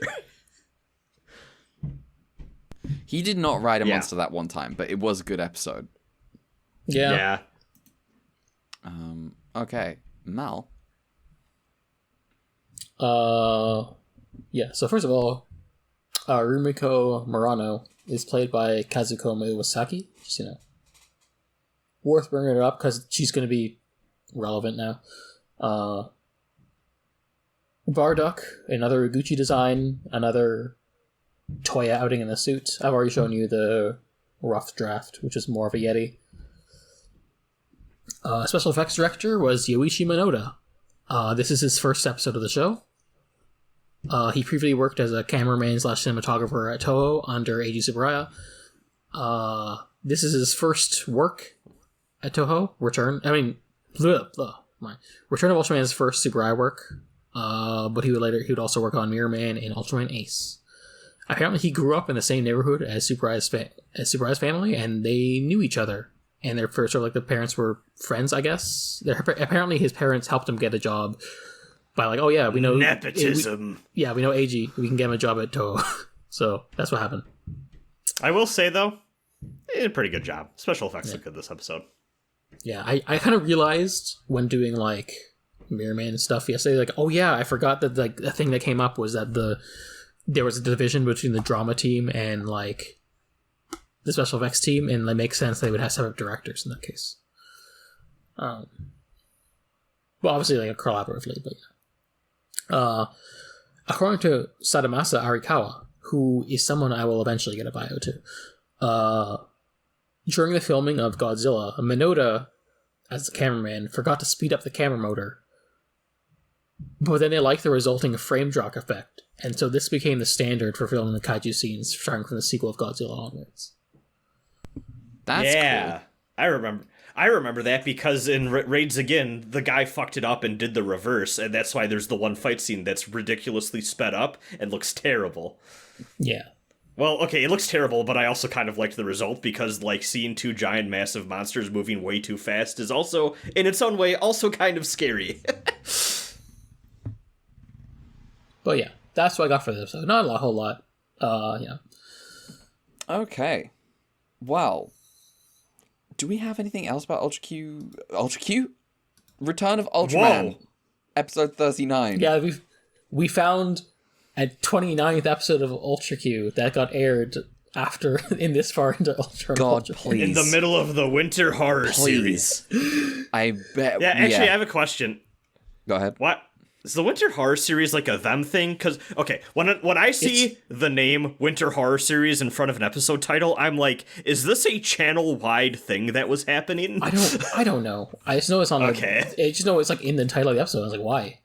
That's weird. I don't know. Because it's on the next time on, it's also it's winter stuff again. Yeah, the next one is also Winter Horror series, so. Right. I don't know. I don't know what the origins of that are. So maybe someone tell us. Wow. But for now, that's us done with Ultraman this week. First of all, we will go into color timers, and then we'll go into emails, I believe, if we have any. Yeah. Also, I'll squeeze in my Ultra Q trivia again. Oh yeah. Trivia. Twivia. Fuck. Wow. I should have brought attention to it. Anyway. Color timers a bit more involved this week. Okay. Episode 37, 5 minutes and 9 seconds. Damn. However, Ultraman did not G-transform at the end of the episode. It's still running. Yeah, episode 38. It runs until 12 minutes and 38 seconds. Which means consolidated, Ultraman has been transformed for 17 minutes, 47 seconds. Holy shit, he's gonna fucking die on that St. Andrew's Cross. Yeah. And then later that episode, he transforms again for 4 minutes, 22 seconds. However... that is not the only Ultraman that episode. Oh! So the original Ultraman is on screen for 18 seconds before becoming Hayata again, and then Hayata transforms for 1 minute 41 seconds. Okay. Do you think Dad's just looking around why are all these fuckers blinking? Oh, he's just I would simply handle it. I would simply be fine. Also, this implies something about the species of their planet, where some people are born inherently with this weird fucked up limiter, and some are not. Dan's just special. Yeah. Anyway, episode 39 is more normal. It's 2 minutes 44 seconds. Okie dokie. I was gonna say it's kind of neat when it zooms in on it flashing while he's covered in like the frost. Yeah, and is blinking through. That's kind of fun. Yeah, weak to cold. Oh yeah. No, that's the other guy. Yeah. Oh yeah. Yeah. Yeah. Man. At least Dan would not have fared well against Vardak. No. I like how we've decided that Dan is just kind of the ace. he's just got it. I was actually talking about it with a friend, and like they were like, "Oh yeah, it makes sense that like Go does more detective work than Dan, because Dan is the space encyclopedia and Go is not." Mm-hmm. Yeah. Yeah. And Red, I think you'll find that the Ultraman Ace is next season. Oh, you're right. Yeah. You're right. You're very correct. I stand corrected. All right. Well. All right. Emails so, then. Oh, even your stuff. Even. Yeah. So first off, M1. This fucker. Suit actor is Hariyoshi Nakamura, who was also apparently the main suit actor for Busca and Kaiju Busca, which is a role he was very enthusiastic about and apparently went to the zoo to study animal movements. Oh, wow. Designer Toru Narita, sculptor Ryosaku Takayama. Apparently, the suit was originally going to be more like humanoid insectoid hybrid instead of a fucking monkey. Mm-hmm. They also made a puppet version alongside the suit versions to use for the space scene that's like 2 seconds. Apparently in both versions, M1 was originally slated to, both in the original and final draft of the script, M1 was going to die. Originally, he was going to be electrocuted by the engine, and then in the final version of the script, he was going to die in like the flames of the crash, but I guess they did whatever the fuck they did with the ending instead. I don't know what they were doing there. Mm-hmm. At the very least, it was probably more memorable than either of those would have been. Yeah, he is a seagull. Special effects director is Keiji Kawakami. Balloonga was designed by Toru Narita. Good job, and then Toru. sculpted. This is fantastic. Big balloon. It was sculpted by... But Balloonga, honestly, like, you know how David Lynch, when asked about the Eraserhead baby, is like, I didn't make it, I found it? I kind of feel like that's the sort of answer we would have gotten for Balloonga, of all the ones we've seen so far. It was sculpted by Akira Sasaki, who apparently would go on to do the face mask for Ultraman and Ultra Set. Okay. And the special effects director was Hajime Kozumi. Then we got Larugius, who we know was based originally. There was about multiple models used, but like the main one was based on Rodan from Ghidorah, Three-Headed Monster, and then the Larugius suit would later, or puppet, I guess, would later be used to make Litra. Yeah. The most kissable bird. The sculptor isn't really stated, but the original sculptor of the Rodan prop and also the sculptor of Litra was Teizu Toshimitsu, so therefore I assume he was just on this one too. And we got Suzume somewhere. He was a guy who was apparently involved in model making for movies during the war, including Toho's war movies alongside Eiji. He was brought on by Eiji to work on Godzilla. Apparently, he bumped onto him on the train a month ago in like a different city.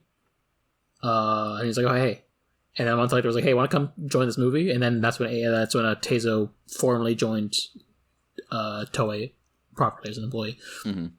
Apparently, the day after, he immediately locked himself in the Toho Studio workshop and built a prototype clay model of Godzilla, which was done in secret with only 5 to 6 people knowing about it. I don't know why, but I guess they're like, really wanted to keep the lowdown on their special guy. He stayed at Toho until 1971 when they shut down his apartment and he started becoming freelance.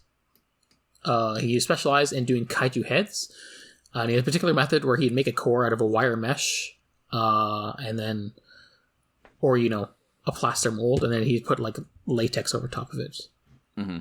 Apparently, it took his time modeling to the point that often someone else would have already done the body of the kaiju, and he was still working on the head. He also wasn't the time to really socialize or hang out because he mostly spent his time in the workshop. I do not know if he is the Varan Spines guy, but when I hear this guy, read this guy, I'm like, is this the guy? I don't know. You'd have to double check that one for me. Yeah. It could be a different guy. Apparently for the Larugius episode, they had built a miniature city set and even filmed the disruption of it. But they just said, actually, this sucks. We're just going to reuse footage from Rodan for this scene. And they did. Mm-hmm. Nice.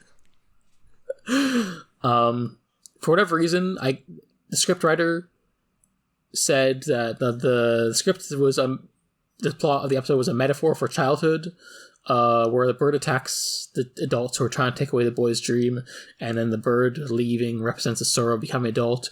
And then I sit there and go, Jesse, what are you talking about? God. What a... these people are not normal. Ultra Q made by not normal people. That's why it's so good. Yeah. And then the special effects director for the episode was Toru Motoba. So that's the update for this week. Nice. Now we got... Do we have any emails? Finally. Yeah, so our usual structure email. Hello, Cydrixer. I assume you've been waiting for this moment the whole time.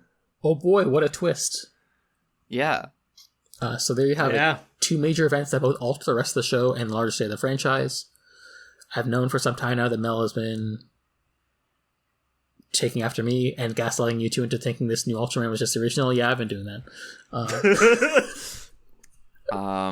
Yeah, the fact is not that it's not Ultraman. It's not the Return of Ultraman. You lied.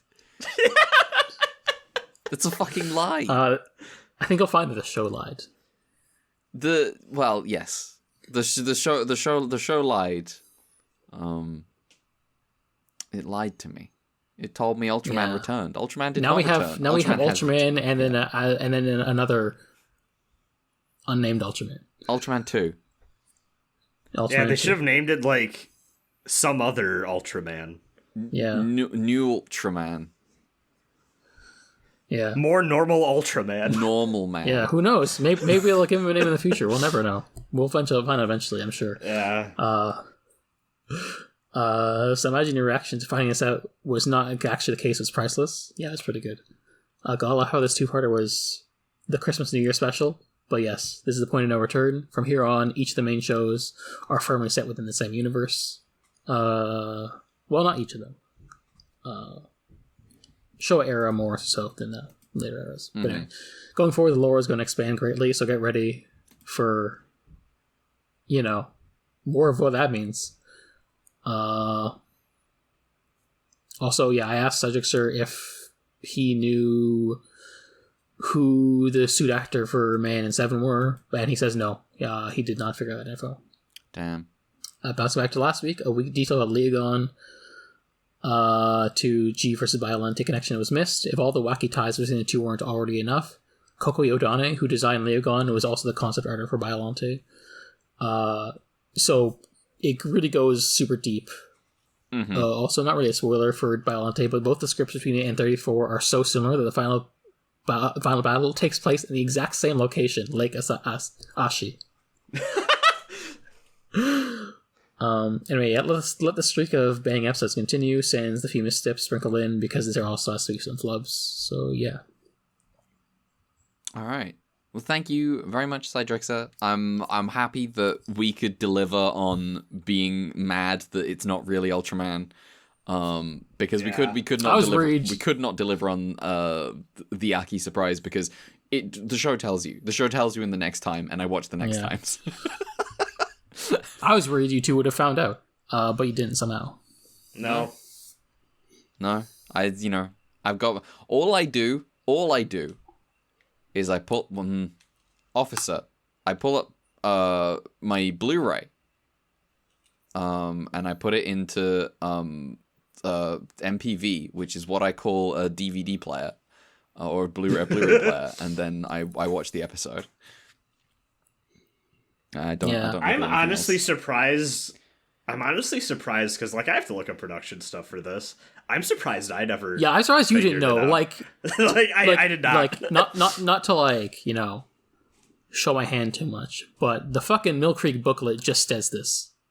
Oh, does it? I Yeah. mean, I haven't been reading a lot of the behind the scenes stuff because I figured it's better if I just hear it from you. Yeah. That's I'm deliberately saying do not look it up because It's really lucky. for the really case- lucky that I didn't read through that booklet that I have. Yep. yeah, I'm keeping up the kayfabe by keeping you see like not look at the book. Because, like I said, I've seen this Ultraman referred to by a name, but I just kind of figured, like, oh, well, when you have a thing called Ultraman with a bunch of different Ultraman running around, maybe you just, like, Ultraman Jeremy. decide to call the one something. Yeah. Yeah. Ultraman Maybe Jerry. you decide to name the one something special, but now I have different thoughts. Who knows if and when this Ultraman will get a name? Maybe we'll find out. Yeah. Ultraman Henry. Ultraman Davy. Ultraman Gordon. Ultraman Percy. I'm running through Thomas the Tank Engine names now. Why? Yeah, I was about to say, this is a little too much like the fucking trains. See, you said Gordon, and I started thinking, is Gordon one of the Thunderbirds? Gordon is one of the Thunderbirds. Well done. Yeah. Well done. Congratulations. It's Vincent? Who? Okay, well, Virgil. Yes, Virgil. Fucking Vincent. Thunderbird 2. Vincent Tracy.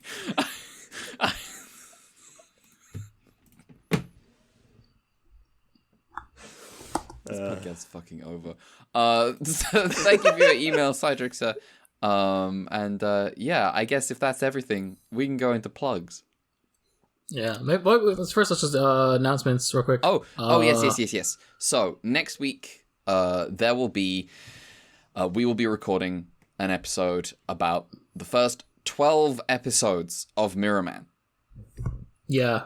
I have no idea when. We have no idea when the week will actually be out because who knows how long it is, and Red has to edit it. So yeah, we will see. We will see how Yeah. long we talk. We might. It's really up in the air as to how long we talk about it. I'm really not sure. Yeah, this is a new format.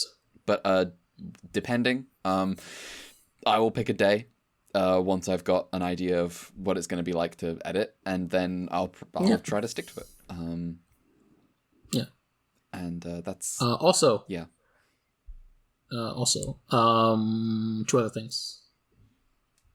Go for it. One, I may as well just say this now. I think we talked about it like a month or two ago. But we got a bonus for the final episode of this show. Oh shit! Do we? Wait, we do. Which is yeah. Which is the Hideaki Anno's Daikon Films Ultraman fan movie. Oh my god. Ultraman. Because we weren't sure where else to squeeze it in. Okay. I'm looking. This is 27 minutes long. Yes. Yeah. Okay. Yeah. That's if it was any longer, I wouldn't have asked. Okay, I can do that. That'll be for the finale, right? Yeah. Cool.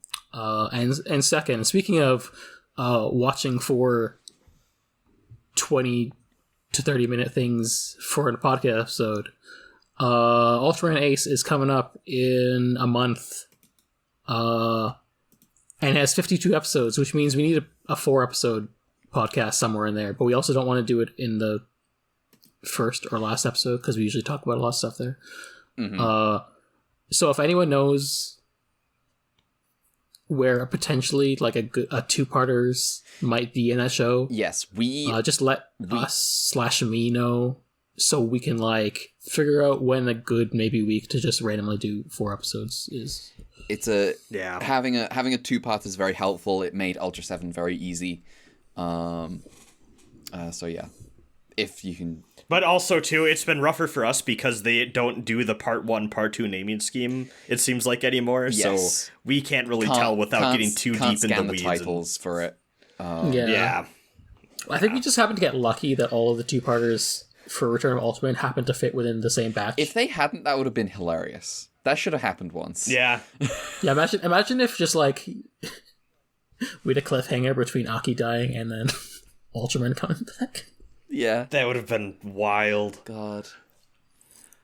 But yeah. I feel like I don't know how people feel about this two-parter. I bet it's like a big, like, beloved by the fandom thing, iconic. and I kind of walked. Yeah, I feel like I walked away kind of a hater. I mean, so sorry if anyone was excited to hear. To be fair, people talk about two beloved episodes of TV. We are the podcast that considers like Ultraman 66 to be the weakest thing we've seen so far. But I also felt like from what Cedrixer told us that that's not like the most like unheard of opinion. So. Yeah, I mean, I guess it's like, I guess no one's a hater like Red is. I think that show's trash. Yeah, this is how opinions work. Yeah, I think it's funnier that our. I'm just checking the Hideaki Anno, a very famous image of his list of recommended Ultraman episodes.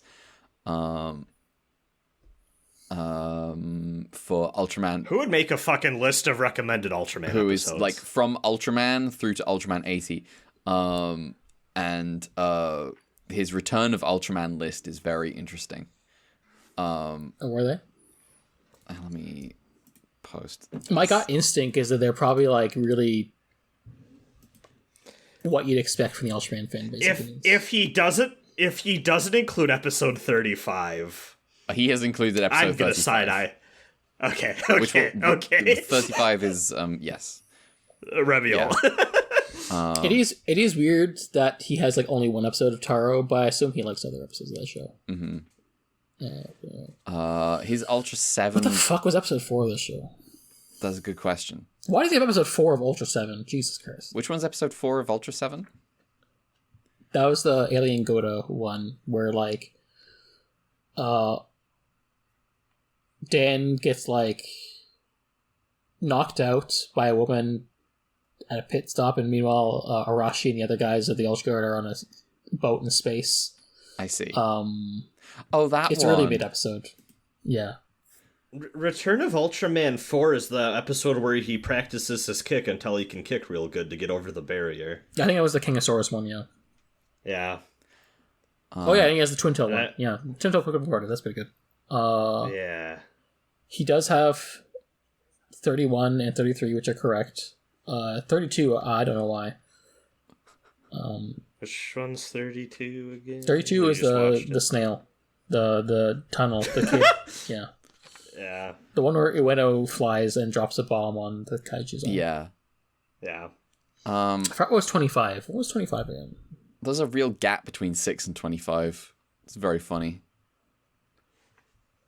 25 is leaving my home planet Earth. Yeah, that's the one where the kid goes ridiculous with the gun. Oh, right. That episode?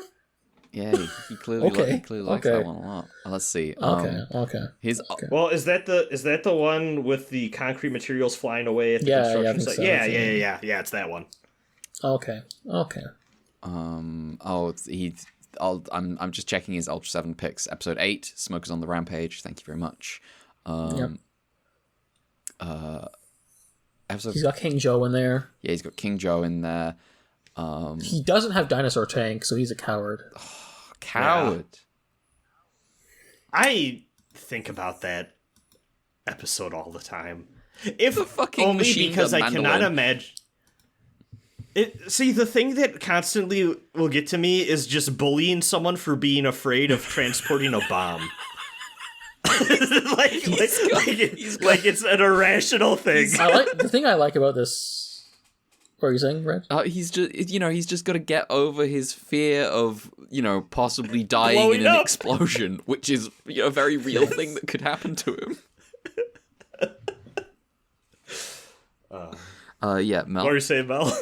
I like how for this list of in this image for the Ultraman episodes, with the exception of the final episode of Ultraman, it says there's not an asterisk officially not officially recommended. Anno, same. Well, no. I think one you'd of find one that of them will be the Anno has a higher affection of the original Ultraman than you do. One of them will be the fucking. One of these will be Jamila, right? Yeah, I think so. I mean, Jamala's... Fuck, where's Jamala?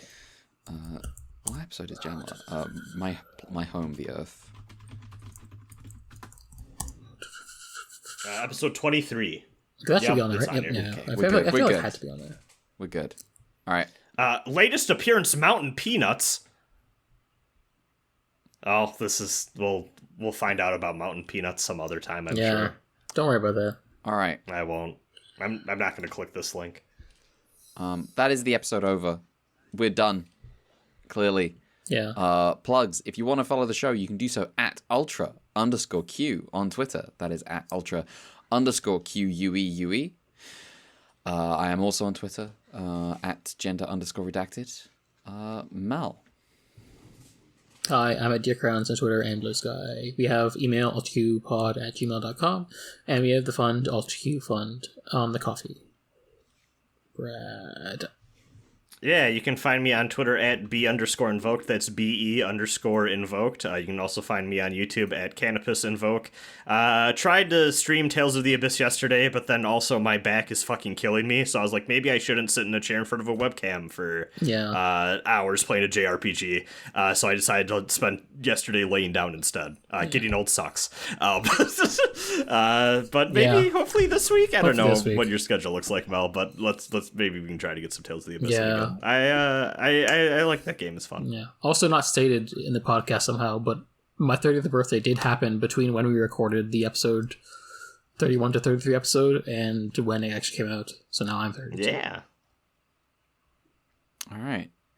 Well, that is the episode. Join us next week for 3 more episodes of Return of Ultraman and also 12 episodes of Mirror Man, if that's your thing.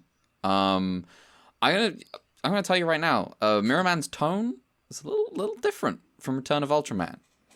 These are not just the same show. In fact, almost like it was intentional. In fact, there is one particular way I'd wish they were more different. I don't think he needs to turn big in Mirror Man. I don't think you need that. Well, you know. We'll get into it. That'll be next week. Until next time. Make sure to check in on the British royal family. See if you can figure out where that woman has gone. I think she's dead.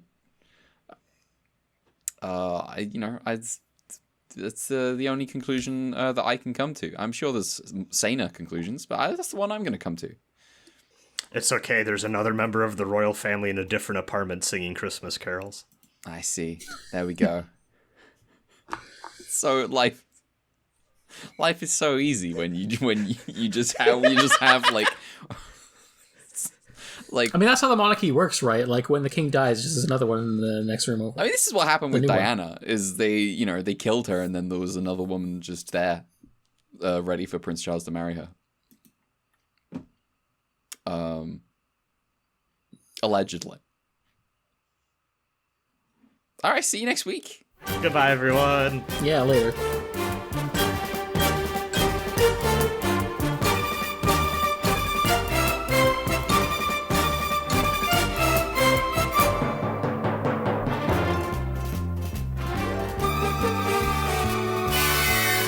「壊すぞ地響き立てて吠える怪獣大怪獣」「ふわっと開いた口から炎あたり一面焼け野原」間違ってない死が迫る帰ってきたぞ帰ってきたぞ帰ってきたぞウルトラマンウルトラマンウルトラマン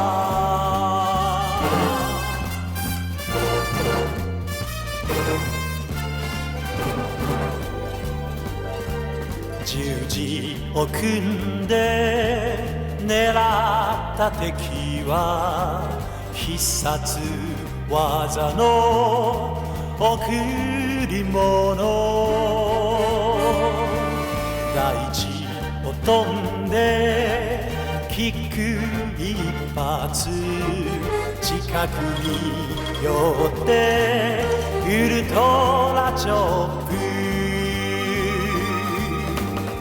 凶悪怪獣倒すため帰ってきたぞ帰ってきたぞ帰ってきたぞウルトラマンウルトラマンウルトラマン